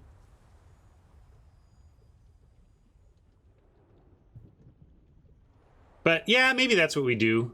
Oh, it's non-creature, or yeah, we can't put that on top. I forgot, too. We can put a land on top.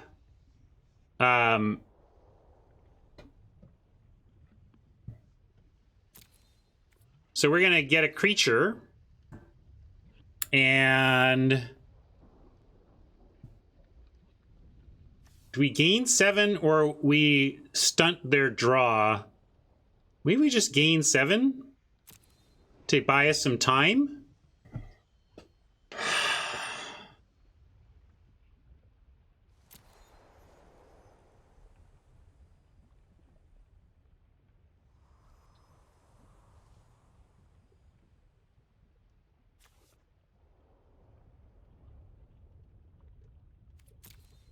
How do we get queen again? Oh, if I shuffle that back in? Yeah, I can't do that. I don't think we want to, do we? Maybe. Yeah, we could try just the Golos plan.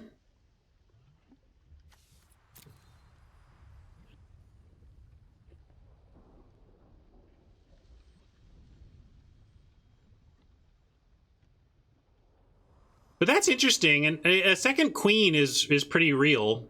All right, I'm kind of into that.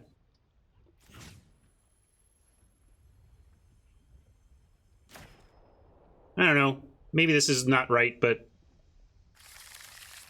it's kind of cool.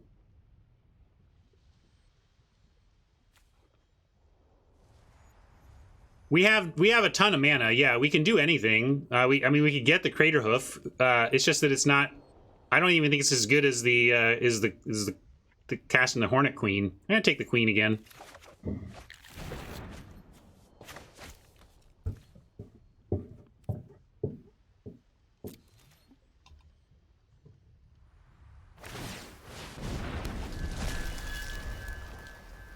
This is tough, though. Another great deck, as cube decks often seem. Nothing but great cards out there.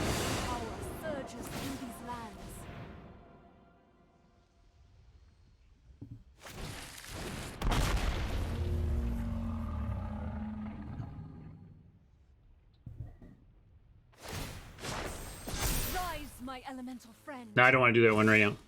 No meme. That wasn't that bad of a read.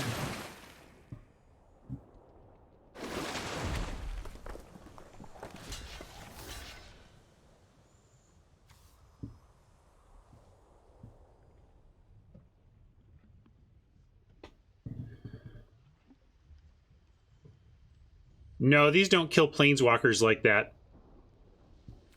That would be nice, though. Death touch a planeswalker and kill it. What is going on with this? Like, am I missing something on board trick-wise regarding this block? Why do we not block this? I'm just looking for what... I mean, is this going to be a removal spell for Golos? If so, we at least get Hornet Queen next turn anyway. I'm going to try it. I don't know what's exactly going on here.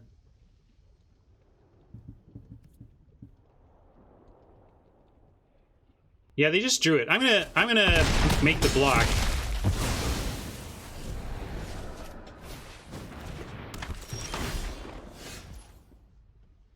So if we do this, we play a 2-drop, 1, 2, 3, 4, 5, 6, 7, and then we drop the hinterland. We can still do it. So I'm gonna go Cobra, drop land.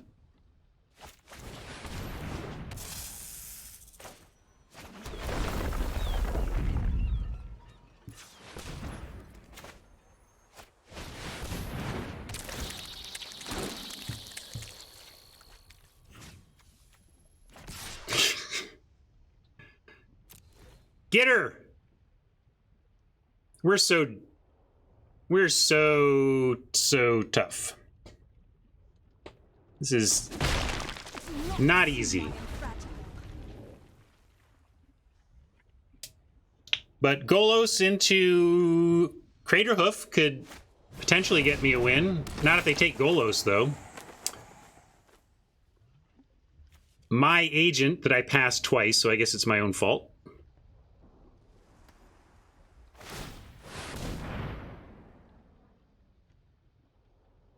That's all right. Top deck Craterhoof. I don't even know if that's going to be enough at this point. I think we are still in deep trouble because if they attack all, I got to block some stuff. So I almost have to calculate lethal Craterhoof and make sure I keep exactly that much.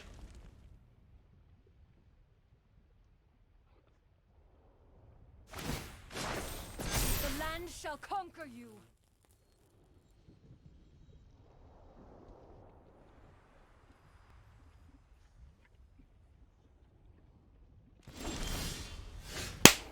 Come on!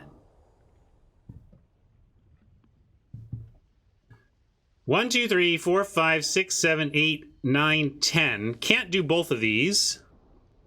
But here we go.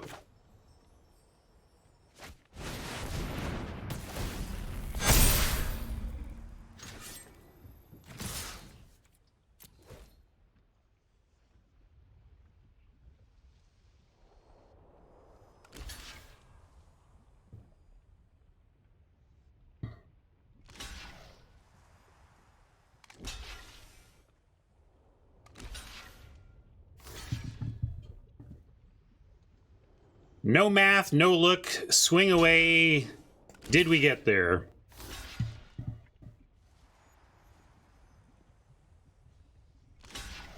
I think we're there, but who knows?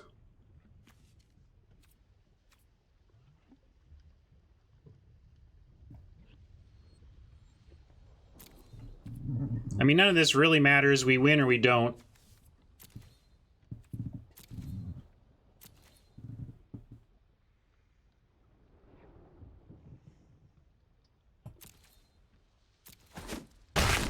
A lot of clicking.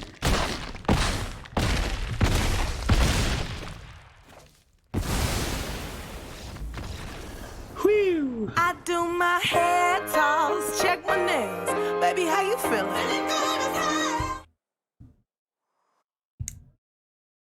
Well, if you had taken my hair on a day where I had Natural Order and Craterhoof Behemoth and Demonic Tutor and Hornet Queen, I'd be really surprised. Not expecting to 7-0, but if you'd 7-0'd me with this deck, I would have been really surprised. I like our deck, but it's cube. It's cube. Everybody's doing powerful stuff. We just got lucky there.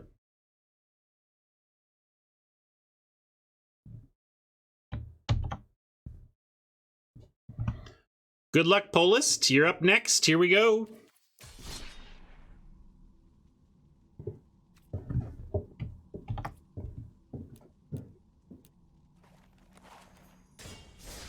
Senryoku, welcome. The man behind our Friday event is here. Thank you so much for all your work, Senryoku. We're having a blast as usual.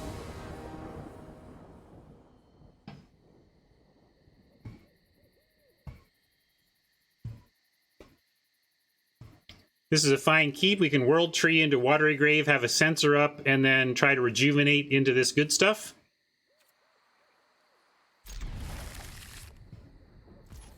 Yeah, Dominate. That was something. If you'd attacked with your 6/6 before I got you, you would have stolen our Crater Hoof.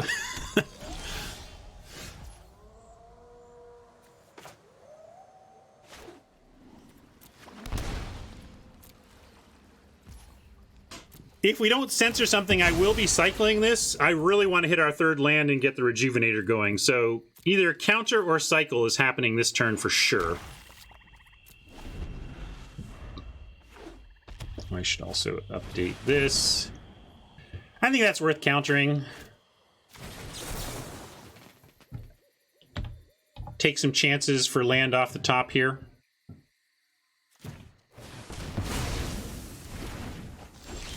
All right, got lucky. Found a land. Gonna go Archdruid now, because then we can Rejuvenator next turn, and Archdruid can tap for 2 if that's needed.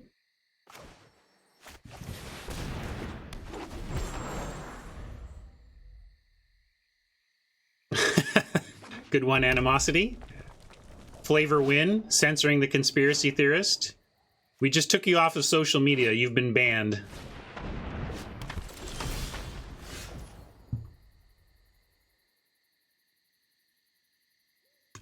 San Francisco, this is a custom cube. This is all custom, and we've got the 2 people who are responsible for it with us in chat. Senryoku made the website MTGAdraft.tk, where you can do a third-party website draft and then export into Arena. And then our friend David Vero designed this cube. And one of the features of MTGAdraft.tk is the ability to upload your own cubes and design your own sets. Senryoku implemented a way to define rarity in your uploads so that you can even have it act like a modern Masters set. Anyway, we're going to go Rejuvenator here.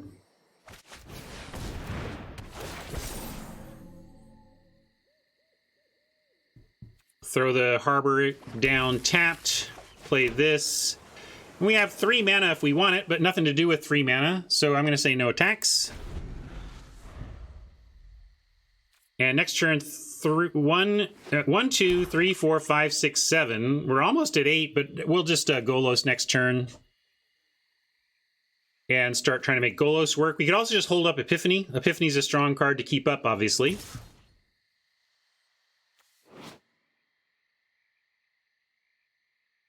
Interesting attack.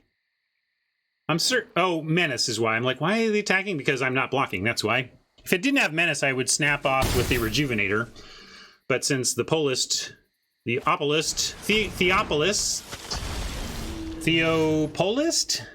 Theopolist, our opponent, read their card and I didn't. I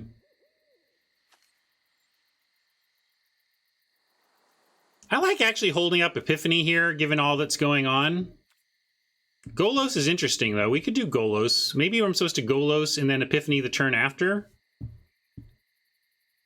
But I guess if I Golos, then I'm kind of just Golosing from there.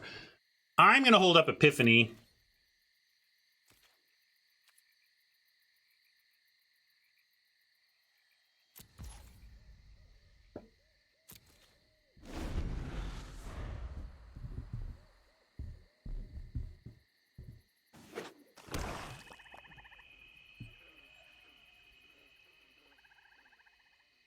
Yeah, copying an Archdruid would be interesting. Now, we do get to copy anything. Card creature we control, yeah.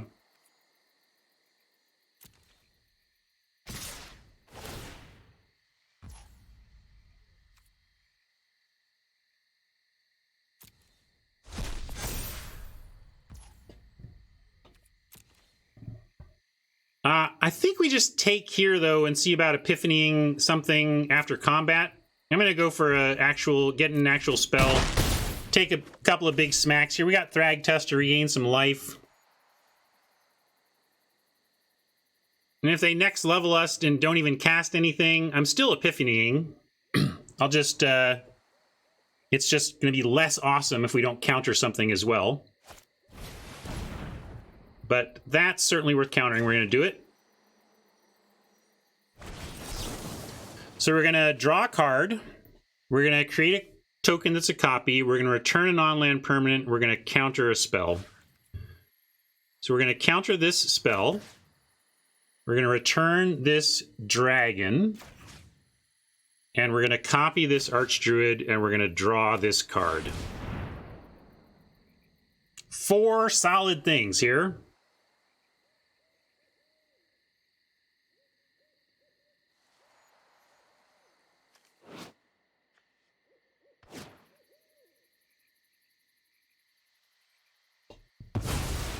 You like copy Rejuvenator? I just like copy Archdruid. That's some serious mana here. Not to mention the pump.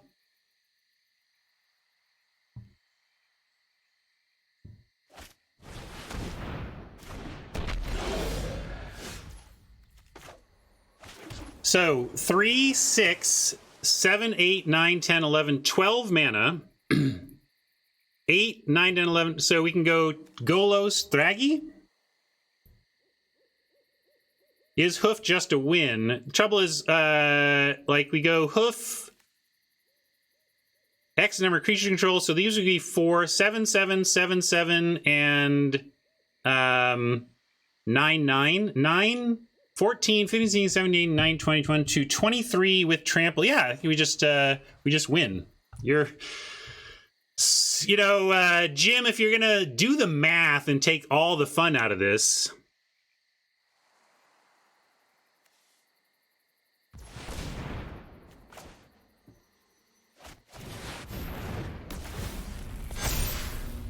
fine.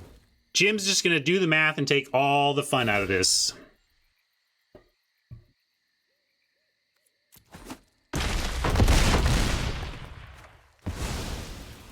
I do my hair toss, check my nails. Baby, how you Sorry, feeling? Radiantware math first. Radiantware and Jim both are the no fun team.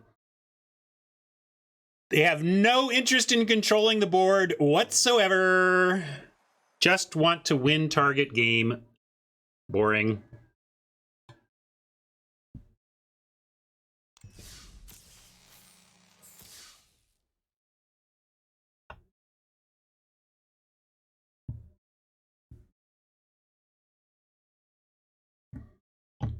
All right, now I'm up a game after starting with a loss. Certainly should have started with the Craterhoof math. I forget how good it is, honestly. Honestly, like sometimes I think, well, if Craterhoof only has a couple of creatures, it's not going to be good enough. We need a lot of... You don't need that many. You just don't need that many.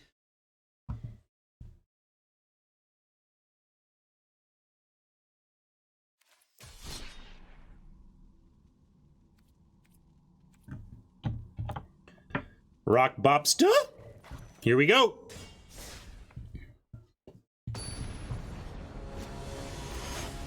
I mean, there it was. We had a total of 4 creatures, including the Craterhoof, and only 3 of them were able to attack, and it still basically got him from 20. It was ridiculous. That's a ridiculous card.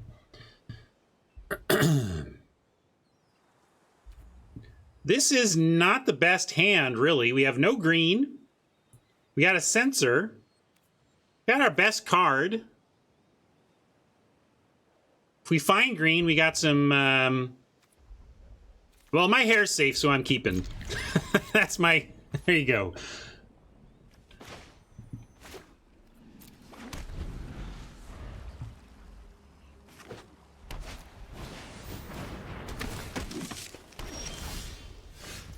Yeah, my hair is safe and I've lost, so I don't have a 7-0 on the line either.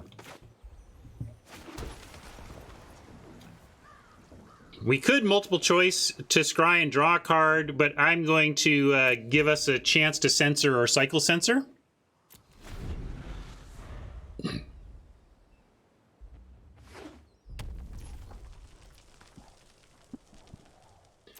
I was thinking about that, True, but we have to go shields down on censor, which didn't seem worth it.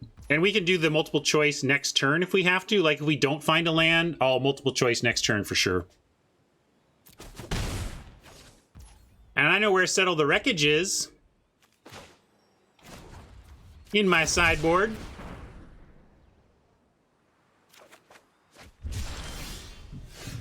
All right, Never Punished. And multiple choice to bounce the Thraben Inspector makes no sense. This is instant speed, so there's a world in which we Assassin's Trophy, but probably just doing nothing here.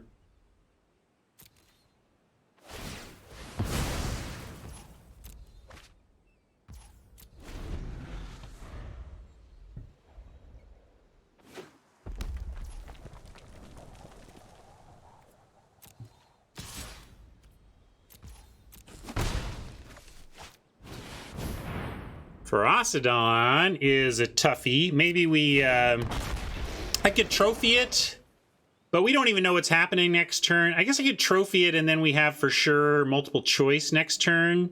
On X is 2, we could bounce. X is 3, we could make a big body. Like, we draw a land, we make a big body. But this thing's oppressive. I'm going to get rid of it. They can have a land.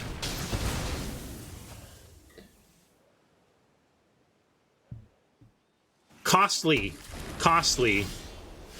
but I like it. And now we get a Gilder into hopefully natural order, although I'm kind of expecting this thing to die. We'll see.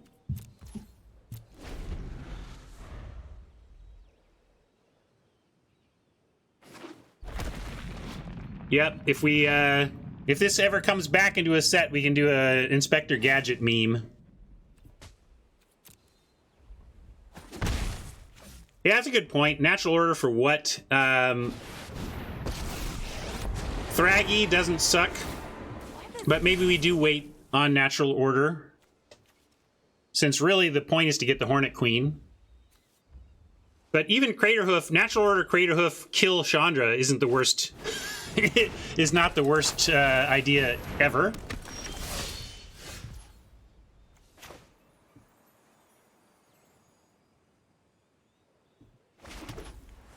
Yeah, now we can multiple choice. Chandra's a concern,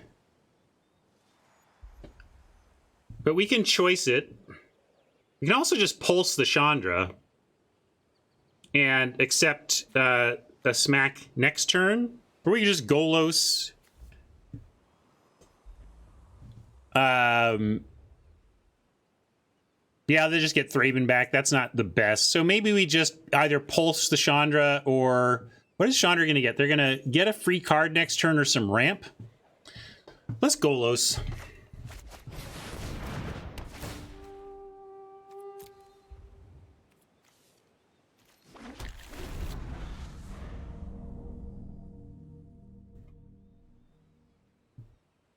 They can potentially Lavamancer Chandra if they get another card in the yard.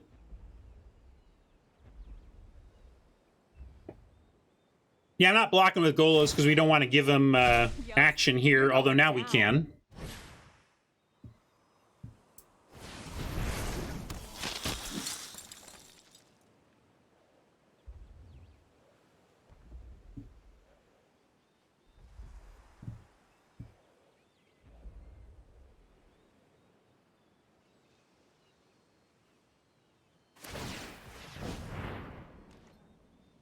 Can't block warriors, right? Only one warrior, though. Land us. Let's get the Golos train going.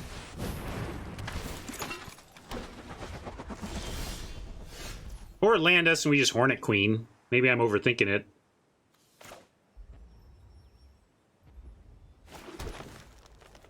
1, 2, 3, 4, 5, 6, 7. So Hornet Queen, and then next turn Natural Order for the... You should just Hornet Queen, then Craterhoof, right?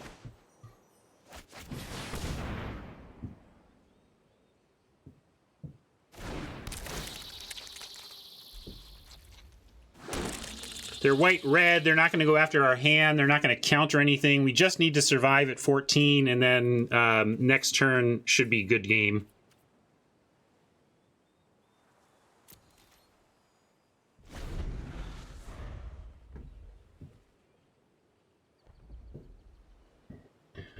Oh, making me go search for old memes. Oh, today's my lucky Old day. memes. Let's go look for the old memes. You're just trying to distract me.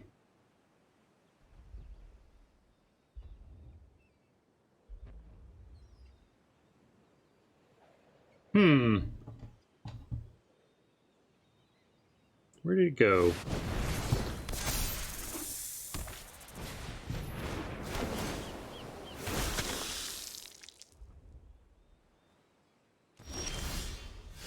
It's gonna take me to find...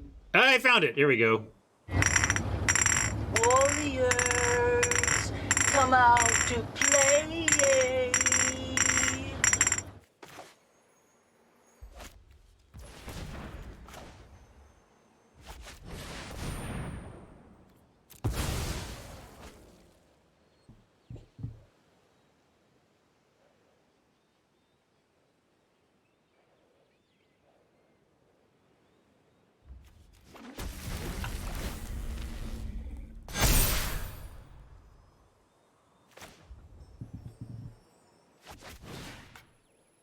Oh.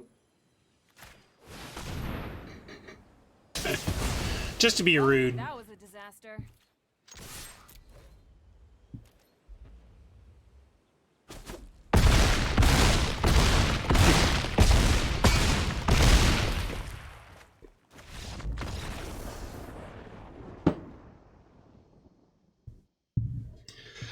That is the point of the deck right there. I do my hair toss, check my nails. Baby, how you feeling?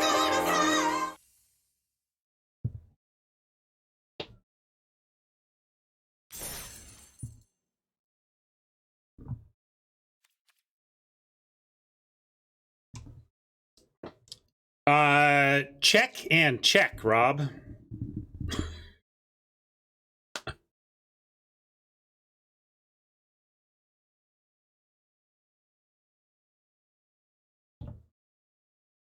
Didn't we natural order and lose? I think we natural ordered in the loss, right? Tron overcame natural order with the power of the pro my deck sword.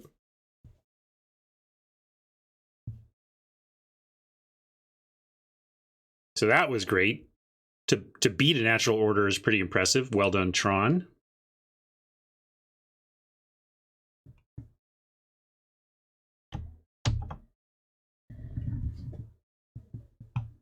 I know I could lose again. I mean, I've got good tools here. Like I said, I'm a fan of the deck. I don't feel like we ended up with a bad deck by any stretch. But cube, you can lose any cube game, any one. I mean, you can lose any Magic game, but you know what I mean. GG, Bobster.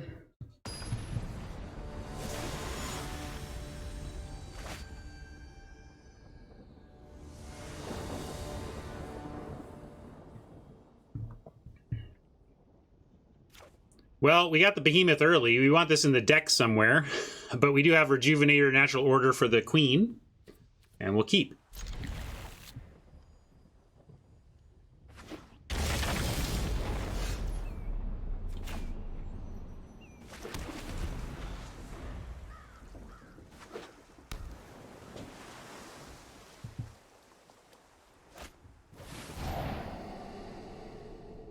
Discovery is this, I mean, as an opponent, I mean, this is not a bad effect or anything, but as someone trying to execute a busted game plan, I love seeing this on turn 2. Can't do that. They actually thought about that. This is a place where I actually knew what the card said. Give me some credit. I pre-knew what that card said. Can you believe it?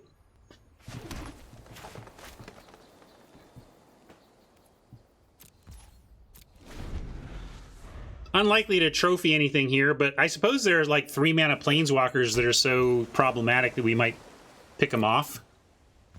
Oppo playing blue and making me nervous about our plan.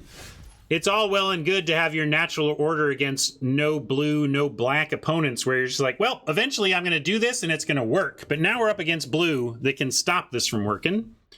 But of course, got to make him have it, and going to start with our Rejuvenator, see if that lands. Cardboard Live is open, by the way, but I don't know how it's doing work in terms of whether it's working. We'll take the Triome, why not?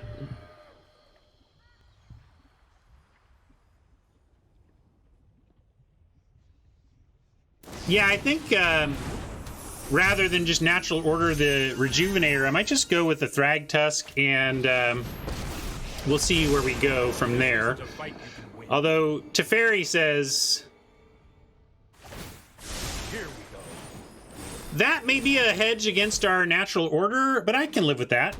We just get another land out of it. We get to ramp. We can play that, and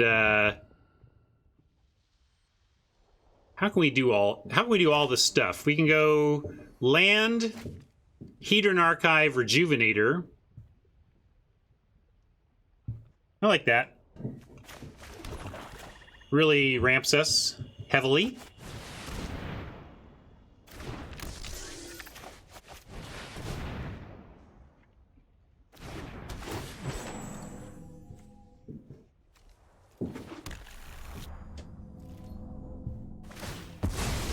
One, two, three, four, five, six, seven, eight. We're already at behemoth levels, but of course we would like to get our queen first. So now we're on the plan of hoping they don't have counter magic and trying to do the thing. Remember our thing? We're gonna try and do that. Like it.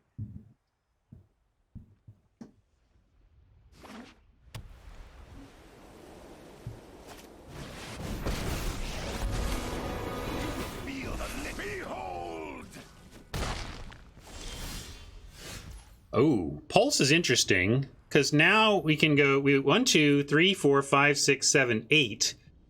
We can Pulse and natural order this turn. Like Pulse the Sarkhan, natural order the Rejuvenator, and then have the Behemoth hardcast next turn. So let's get rid of the... Like, I don't even care if... so Teferi pluses, we're not going to do any... We're tapping out anyway. So I'm going to Pulse the... Well, I'm going to do this way. Tap this for mana. Pulse the Sarkhan. How could I have lost? Oh. And sack this. For the queen. Now our only question is, are we looking at a counter spell? And if Mianthril holds up possible counter magic, do we hold off on our attempt to win the game? Because we could just try and make the Hornet Queens work without this. Or we just try, like maybe we just try it, and if it gets countered, we say, okay, that got countered, but we're still fine. But ideally, Mianthril taps out and just tells us that we win. Here goes nothing. Yeah, that's true. They can instant speed Wrath. That's fair.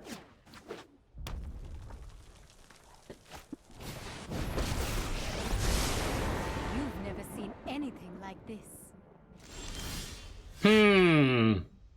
Well, we've got the Censor that would counter this for 1, but if they have a negate, they counter it. 1, 2, 3, 4, 5, 6, 7, 8. Right, it's a creature, sorry. Right, it just feels like such a spell, right? So, is there a worry then?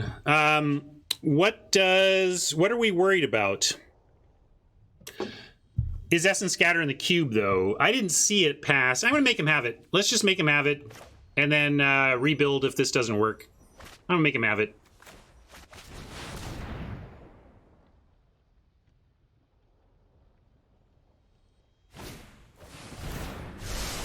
Of the counter spells to face, that one doesn't hurt us that badly. We're going to send here and here. Well, do we care? Maybe if we're going to draw it again next turn, we don't care. We just let all this stuff tick.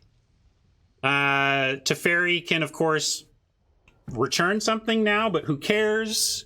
Yeah, I think we just say no attacks and make them come up with another counter.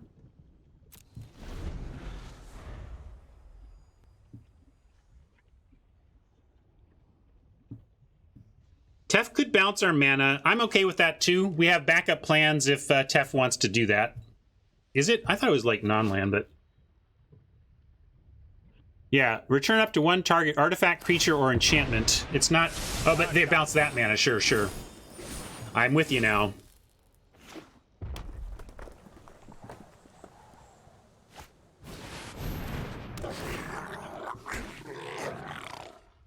All right, that's a bit scurry, but we can trophy the commander. I know how to stop you. I don't mind giving up one of these for a dragon. We can take the 3, though.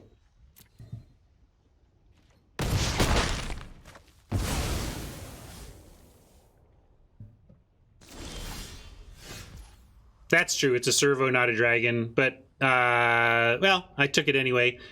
Yeah, I'm not thinking that through. So we go Archive. We end up with 4 mana. And from there, we can trophy and... we can't trophy and guild because it requires too much specific mana. But we could do this in trophy.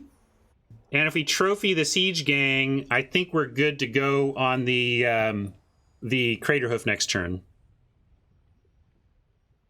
Really? Radiantware just wants to play, like, we could go trophy, what, like, 1, 2, 3, 4, 5, 6. If we don't archive, we gotta archive. How else are we getting back to 8? We're not getting back to 8 fast enough that way. So I like my plan. I'm gonna go archive and trophy the commander.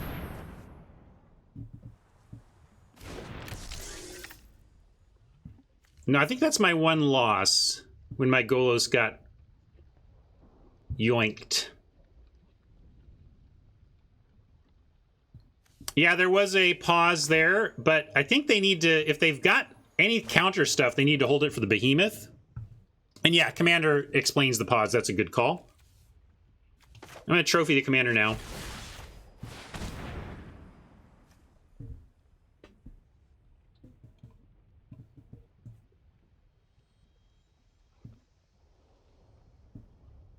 Actually, I've already cast this Crater once, but it got sent to the top of our library with memory lapse.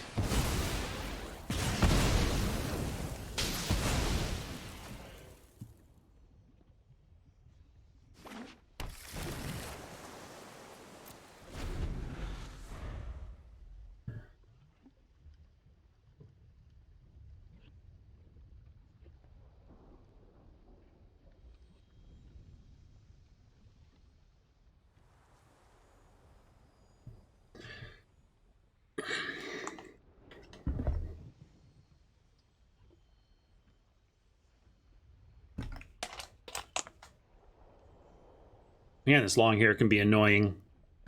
Wonder what I could do about that.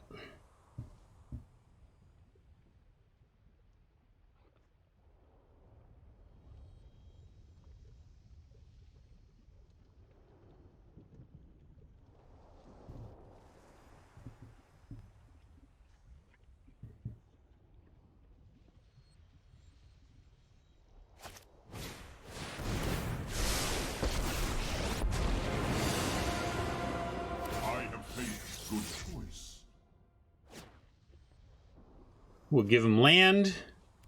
They can go fetch that Narset.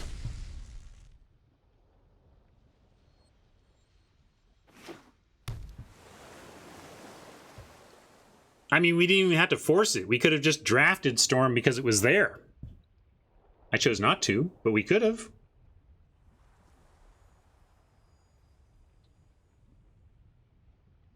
Next turn, we get 5/5 Trampling Death Touchers if we want a Craterhoof. We could also go for Creature Dump. 1, 2, 3, 4, 5, 6, 7, 8. So 8 or 9 mana, depending on draw. We have 8. We can go for these two.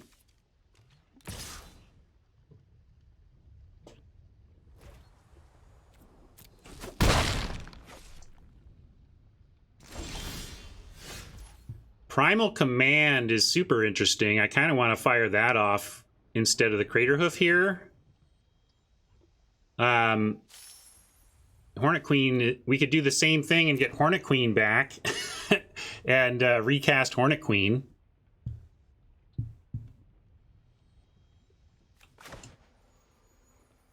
So I like Dryad Command. Yeah, let's do that. Rob likes Dryad Thrag. We could also just put Karn on top, you know, like making him redraw Karn while we get a different creature. I wonder what creatures we could get though. Hey Jim, thanks a lot.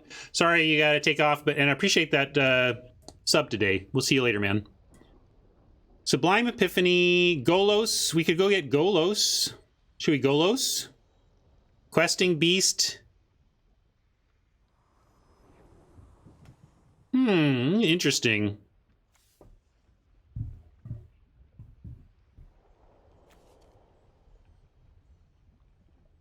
I don't know why they didn't send the goblins. They didn't like the crackback. You want to go get the queen again? We can Tusk. This is such an appealing card, but you're probably right. Tusk into the Crater Hoof is going to be very good. I'm probably overthinking it. True. I'll do a True's line. And whoever else wanted the Tusk. But Primal Command is just so interesting and powerful, it made me want to use it.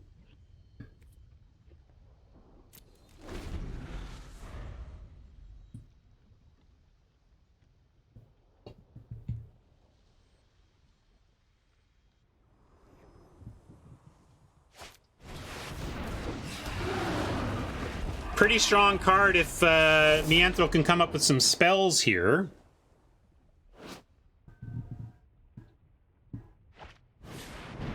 There you go. Well done.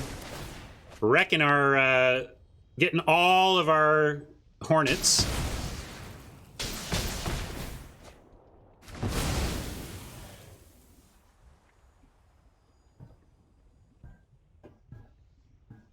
But we can still do it.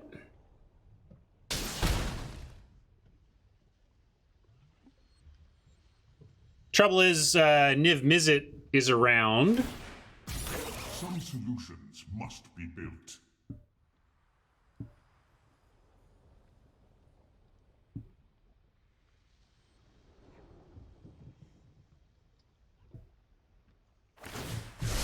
Genius is as genius does.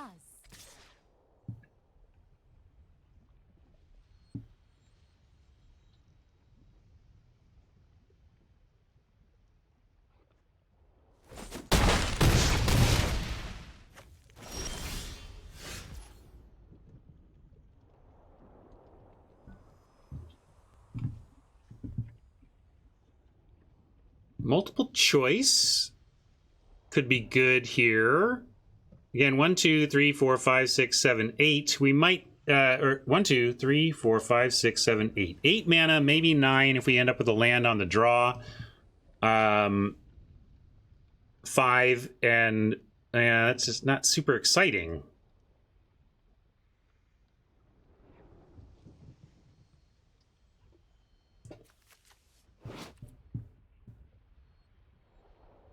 We could shuffle Niv Mizzet into their library. Niv Mizzet's a kind of a problem here. Well, we're dead in the air if this makes another dragon, right? Oh yeah, sorry, I keep forgetting that.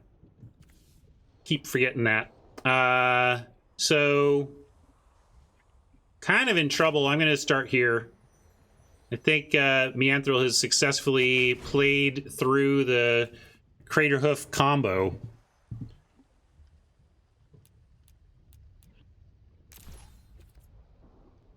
But let's do this for starters.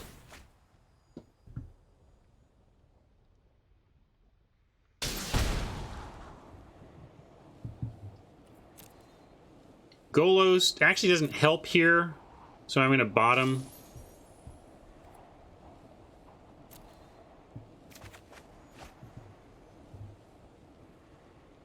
Choose player. That would be you. And now we can hold up neutralize, but unfortunately it doesn't stop kind of the action that's already going on here. That's our big problem. I'll play the Gilder on some long shot that Crater... This doesn't matter, though. This is going to get picked off. Like, this is just a bad scene, gang. I think we've lost. Yeah, we're pretty much just dead.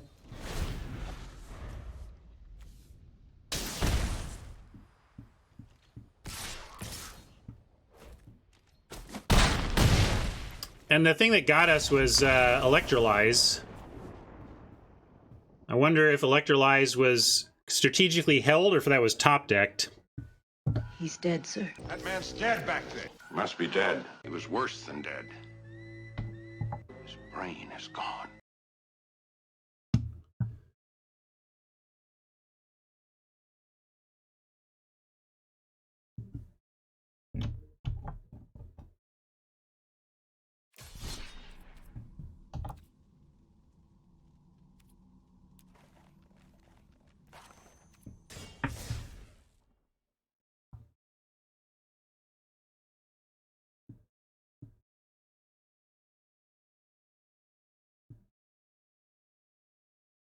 So there was that turn I went for the Crater Hoof. We could have played around counters and done a bunch of smaller stuff rather than go for the Crater Hoof, and maybe that forcing of using the lapse on something there, or would have done it. That's why I'm going way back, True. Like, we had some earlier decisions that could have affected how it all played out from there.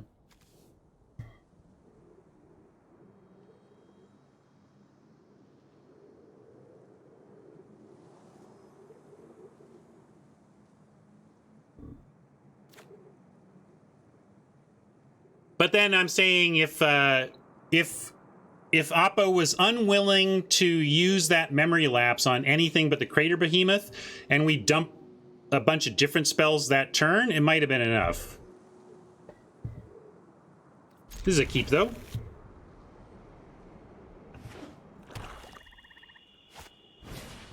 Uh-oh.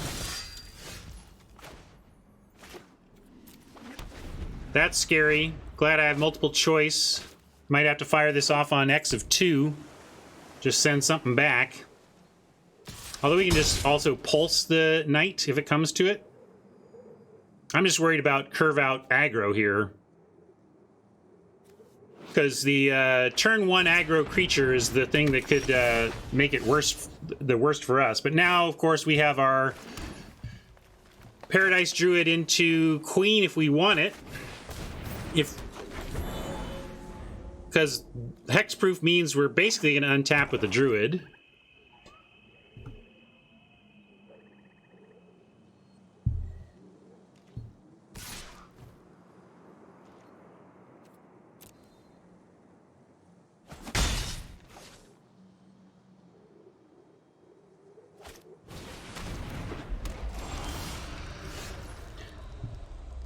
Wait, that's one we passed. All right.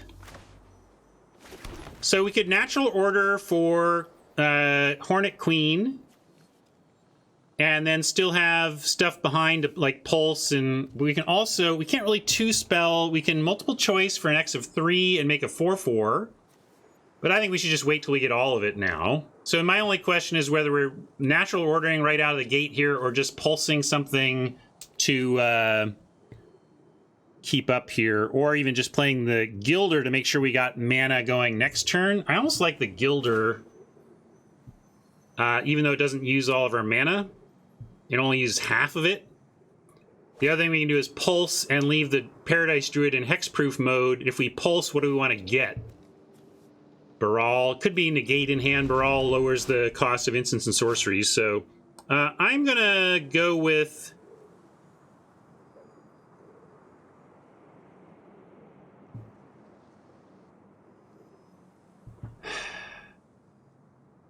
Ramp. I'm gonna keep ramping. I'm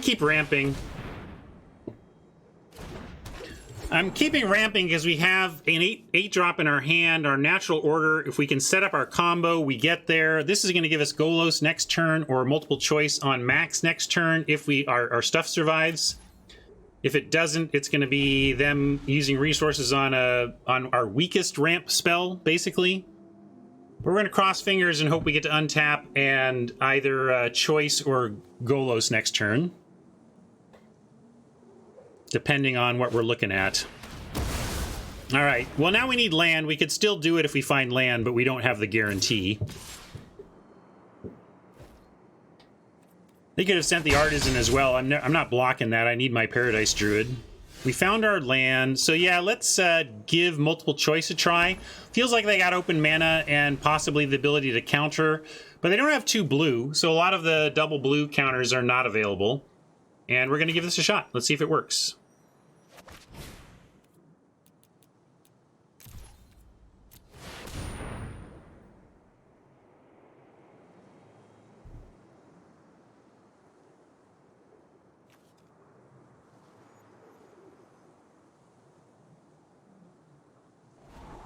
All right, so glad that we got to do that. With what Oppo is doing, we might want the Thraggy, but I kind of want different action from that. I think I'm going to bottom that. Yeah, we want land, right? We're looking to still get to that Crater Hoof. So let's say goodbye to our friend Thraggy and find more land. And we're going to make you bounce something. And get an elemental token. Value Town. Population us.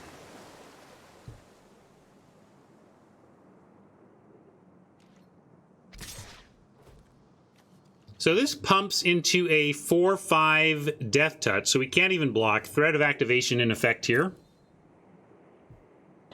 But if they spend their whole turn doing that, it's not the worst for us either. Probably just means, though, threat of activation for 1.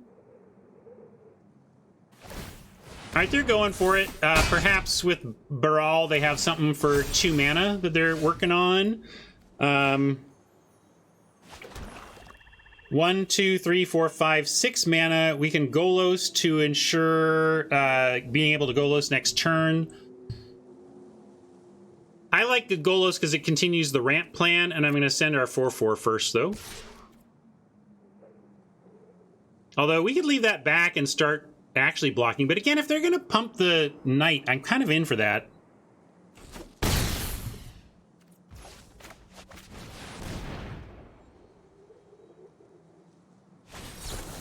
Quenched.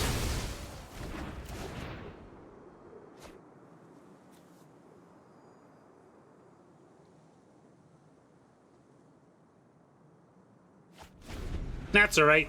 That was like plan C. Now we're going to move up to plan A.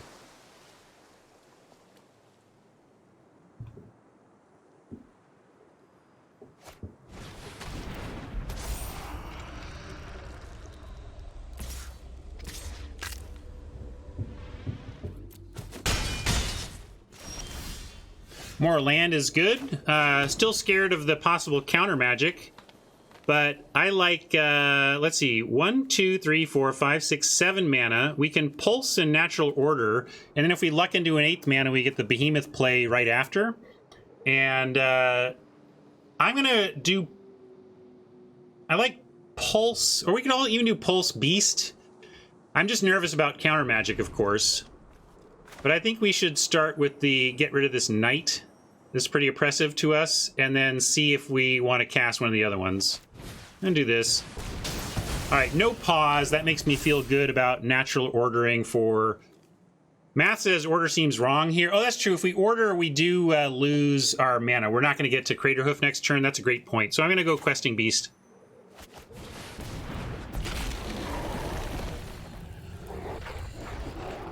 And it's got Vigilance, so we at least send that. And I guess we send the 4/4 as well because of the Vigilance.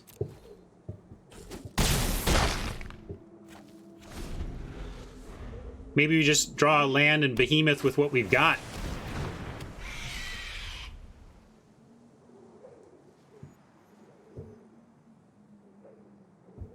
And now, as crazy as it is, I'm totally willing to natural order away the beast to get our queen. And we can do this and then have the tools left over. But we don't want to cast with the green. We want to go like this.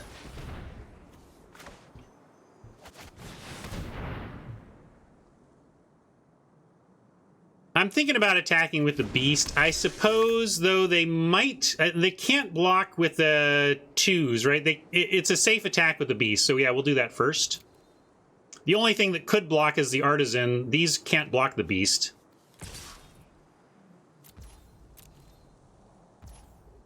Could have sent this and it's forced blocks, but I guess I'm trying to set up for my queen, but could have definitely sent this. Although if this gets countered, I'll be glad we have this back as well as this. Or we're not even going to have this back, so I'm glad to have this back if this gets countered.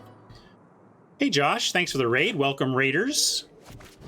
We're playing some Cube, homegrown Cube, and trying to do busted stuff with natural order here.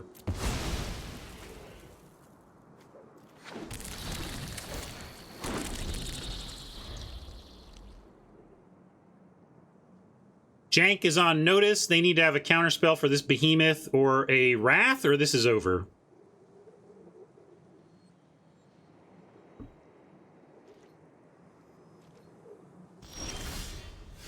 And let's put him to the test.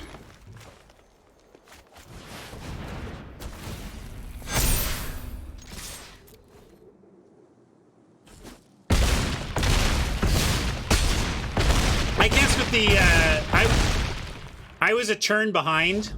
We could have sacked the druid because now we had the mana, but I was a turn behind in my head where if we had sacked the druid, we wouldn't have had the mana. But that's why. My brain was a turn behind, basically.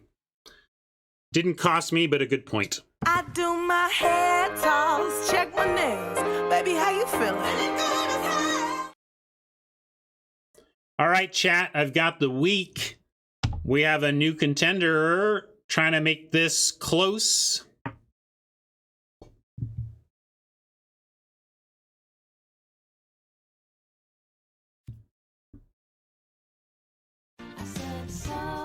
Thank you, Prof.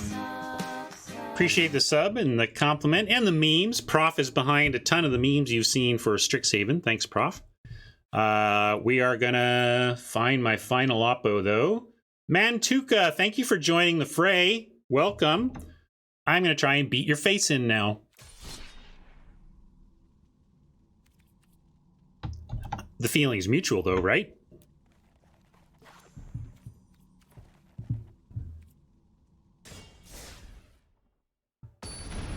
Yeah, and well, negating the primal command, or the natural order would have been great, right?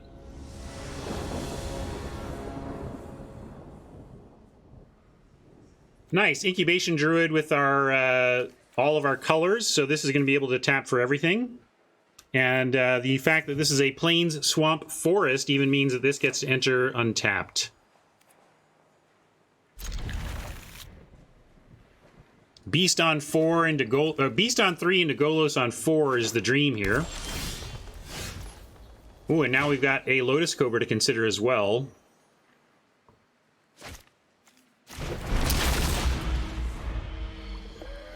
Probably want to go Druid anyway. Let's see if we draw a land, though.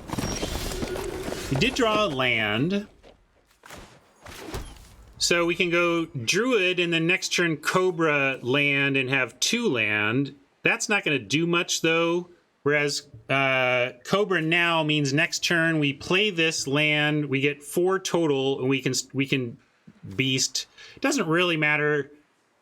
Yeah, Lotus Cobra makes mana the turn we play it, but not enough to matter for us, really.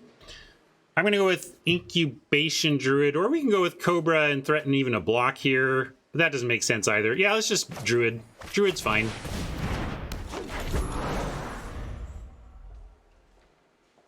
But Druid a good heuristic over Cobra because of what Gdanmore is saying.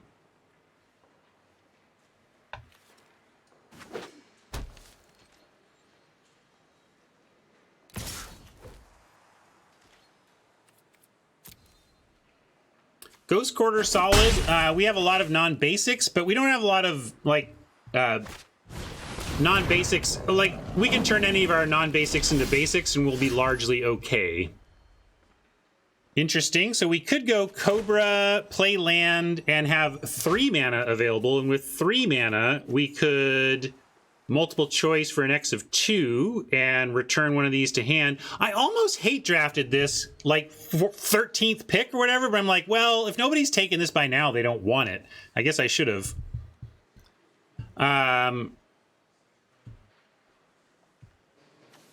Grow Kitty Man. Oh, this Grow Kitty Man. This is your Grow Kitty Man. Yes, I understand now. We could also just Questing Beast get in there. That's not the worst either.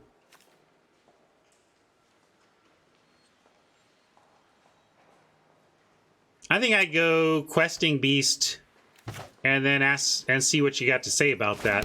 This is fine. I like this. I'm doing it. Doing it. Questing Beast, you might know, is a beast. In all of the ways that word has meaning in Magic the Gathering.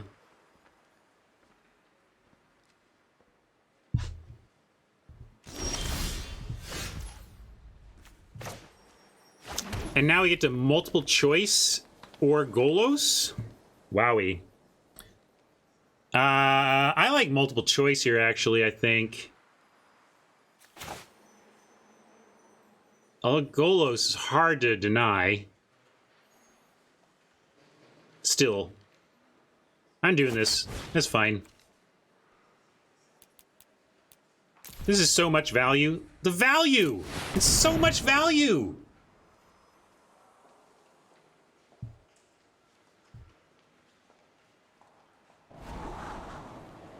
How is the Cobra free? I don't understand how I missed on free Cobra. But I often miss things, so, you know. I think we want land, though. I kind of like keeping the land. Oh, yay! It was somebody else for once?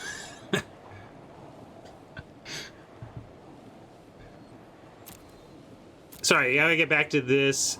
We've played a land this turn, but it would guarantee us a land for next turn, and then Golos is guaranteed 7 after that. But we're gonna find land. I'm gonna look for action. We'll find lands whether we want to or not. That's why I kind of pitched the land. It's just like, you're so likely to end up with some lands anyway. There's no need to force them. Unless it's like you really need it.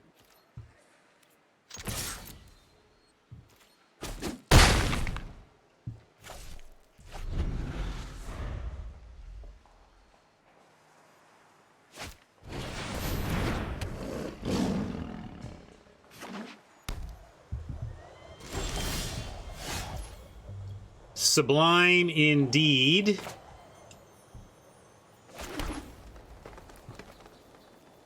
I mean, are we just supposed to cast this and win? I mean, I don't know. I'm just going to send in my 4/4s for now. And then hold the Sublime, I think. I don't see how we lose if we just hold Sublime. I mean, there's all this fancy play we could do, but holding 6 mana and Sublime Epiphany on this board seems fine, right? Seems hard to beat.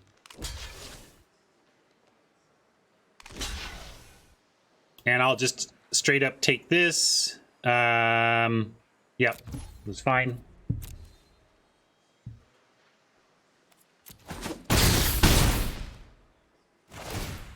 Losing our token means I know this is legendary, so if we cast Epiphany, we copy our Druid, but that's still fine.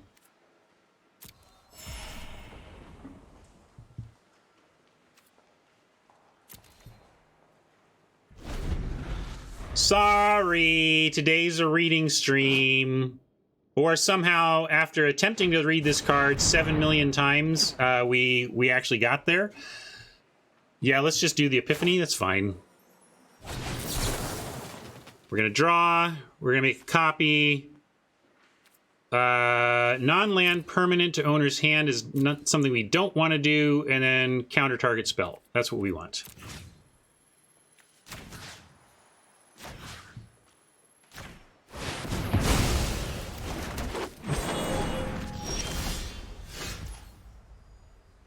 And Natural Order into Crater Hoof for the win. Seems like an appropriate way to end this event.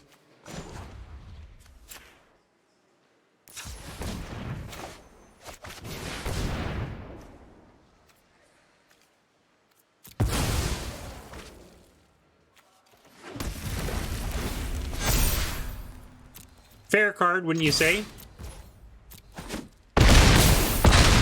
Pablo's like, you should have played the Cobra or Druid and killed them harder. They're tapped out. We just had the win. I didn't need to overthink it. But I appreciate that you wanted to win better. Yeah. Sorry I didn't win optimally for you. My head toss, check my nails. Baby, how you feeling? Well, that turned out to be kind of a monster of a deck, and I'm actually really impressed with the two losses. Tron and Meanthril played brilliantly to get that Craterhoof combo overcome. I mean, Tron less brilliantly. Tron brilliantly drew and cast and equipped his sword that we couldn't beat, but I'm impressed with anybody beating that combo. Look, Tron, I'm complimenting you, but you know, you didn't have to work that hard. I was very impressed with Meanthril's sequencing to overcome our situation there, though. Tron is just a big luck sack. Meanthril, though, Meanthril is a skilled player.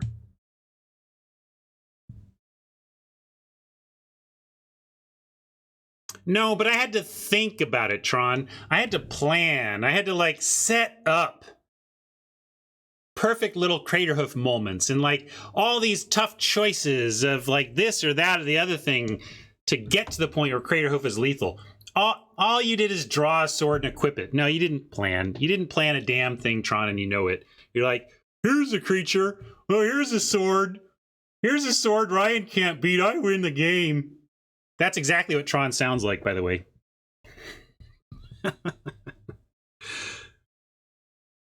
I'm only being this rude because I know Tron can take the joke. Well played, Tron. Good job.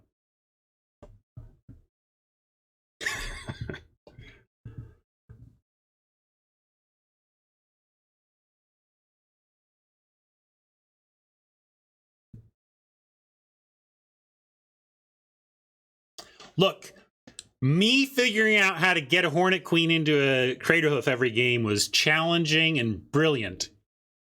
My brilliance was on full display here. There's a good chunk. You got good artifact removal. There's a lot of those green natural, like I think the 2/1 ETB just naturalizes in there. Yeah. Ancient Grudge is in there now. Well, don't worry. You're going to get your sight back soon because I'm going to send you on to somebody else. I got to listen up from Math. I think Math is around, and I could talk Math, but I've got another listen up from Gauntlet. So I think I'm going to punt listen ups until next week. And boy, Natural Order might be too strong. I mean, you saw that it's one of those things where those who beat the Natural Order today get to feel pretty darn great, except for Tron. But so like you do by leaving it in, give chances for people to beat those cards, and then it feels really good. But it's also frustrating to feel like that's vintage cube power level in a cube that's not vintage cube, and maybe it's a step too far. Certainly getting Craterhoof is part of that problem, but I think if I were to cut one of the two, I would just cut the Natural Order, because without Order cheating it into play, you know, you do got to do a little harder work. It was pretty darn easy for me to go get my Natural Order, go get the thing I needed and do the thing. So I would say cut the natural order of choosing between the two and let people still try to have fun with Craterhoof in a more fair way. That sounds fun. Are we going to do a, you want to do a Jumpstart Gauntlet? I would be in for that.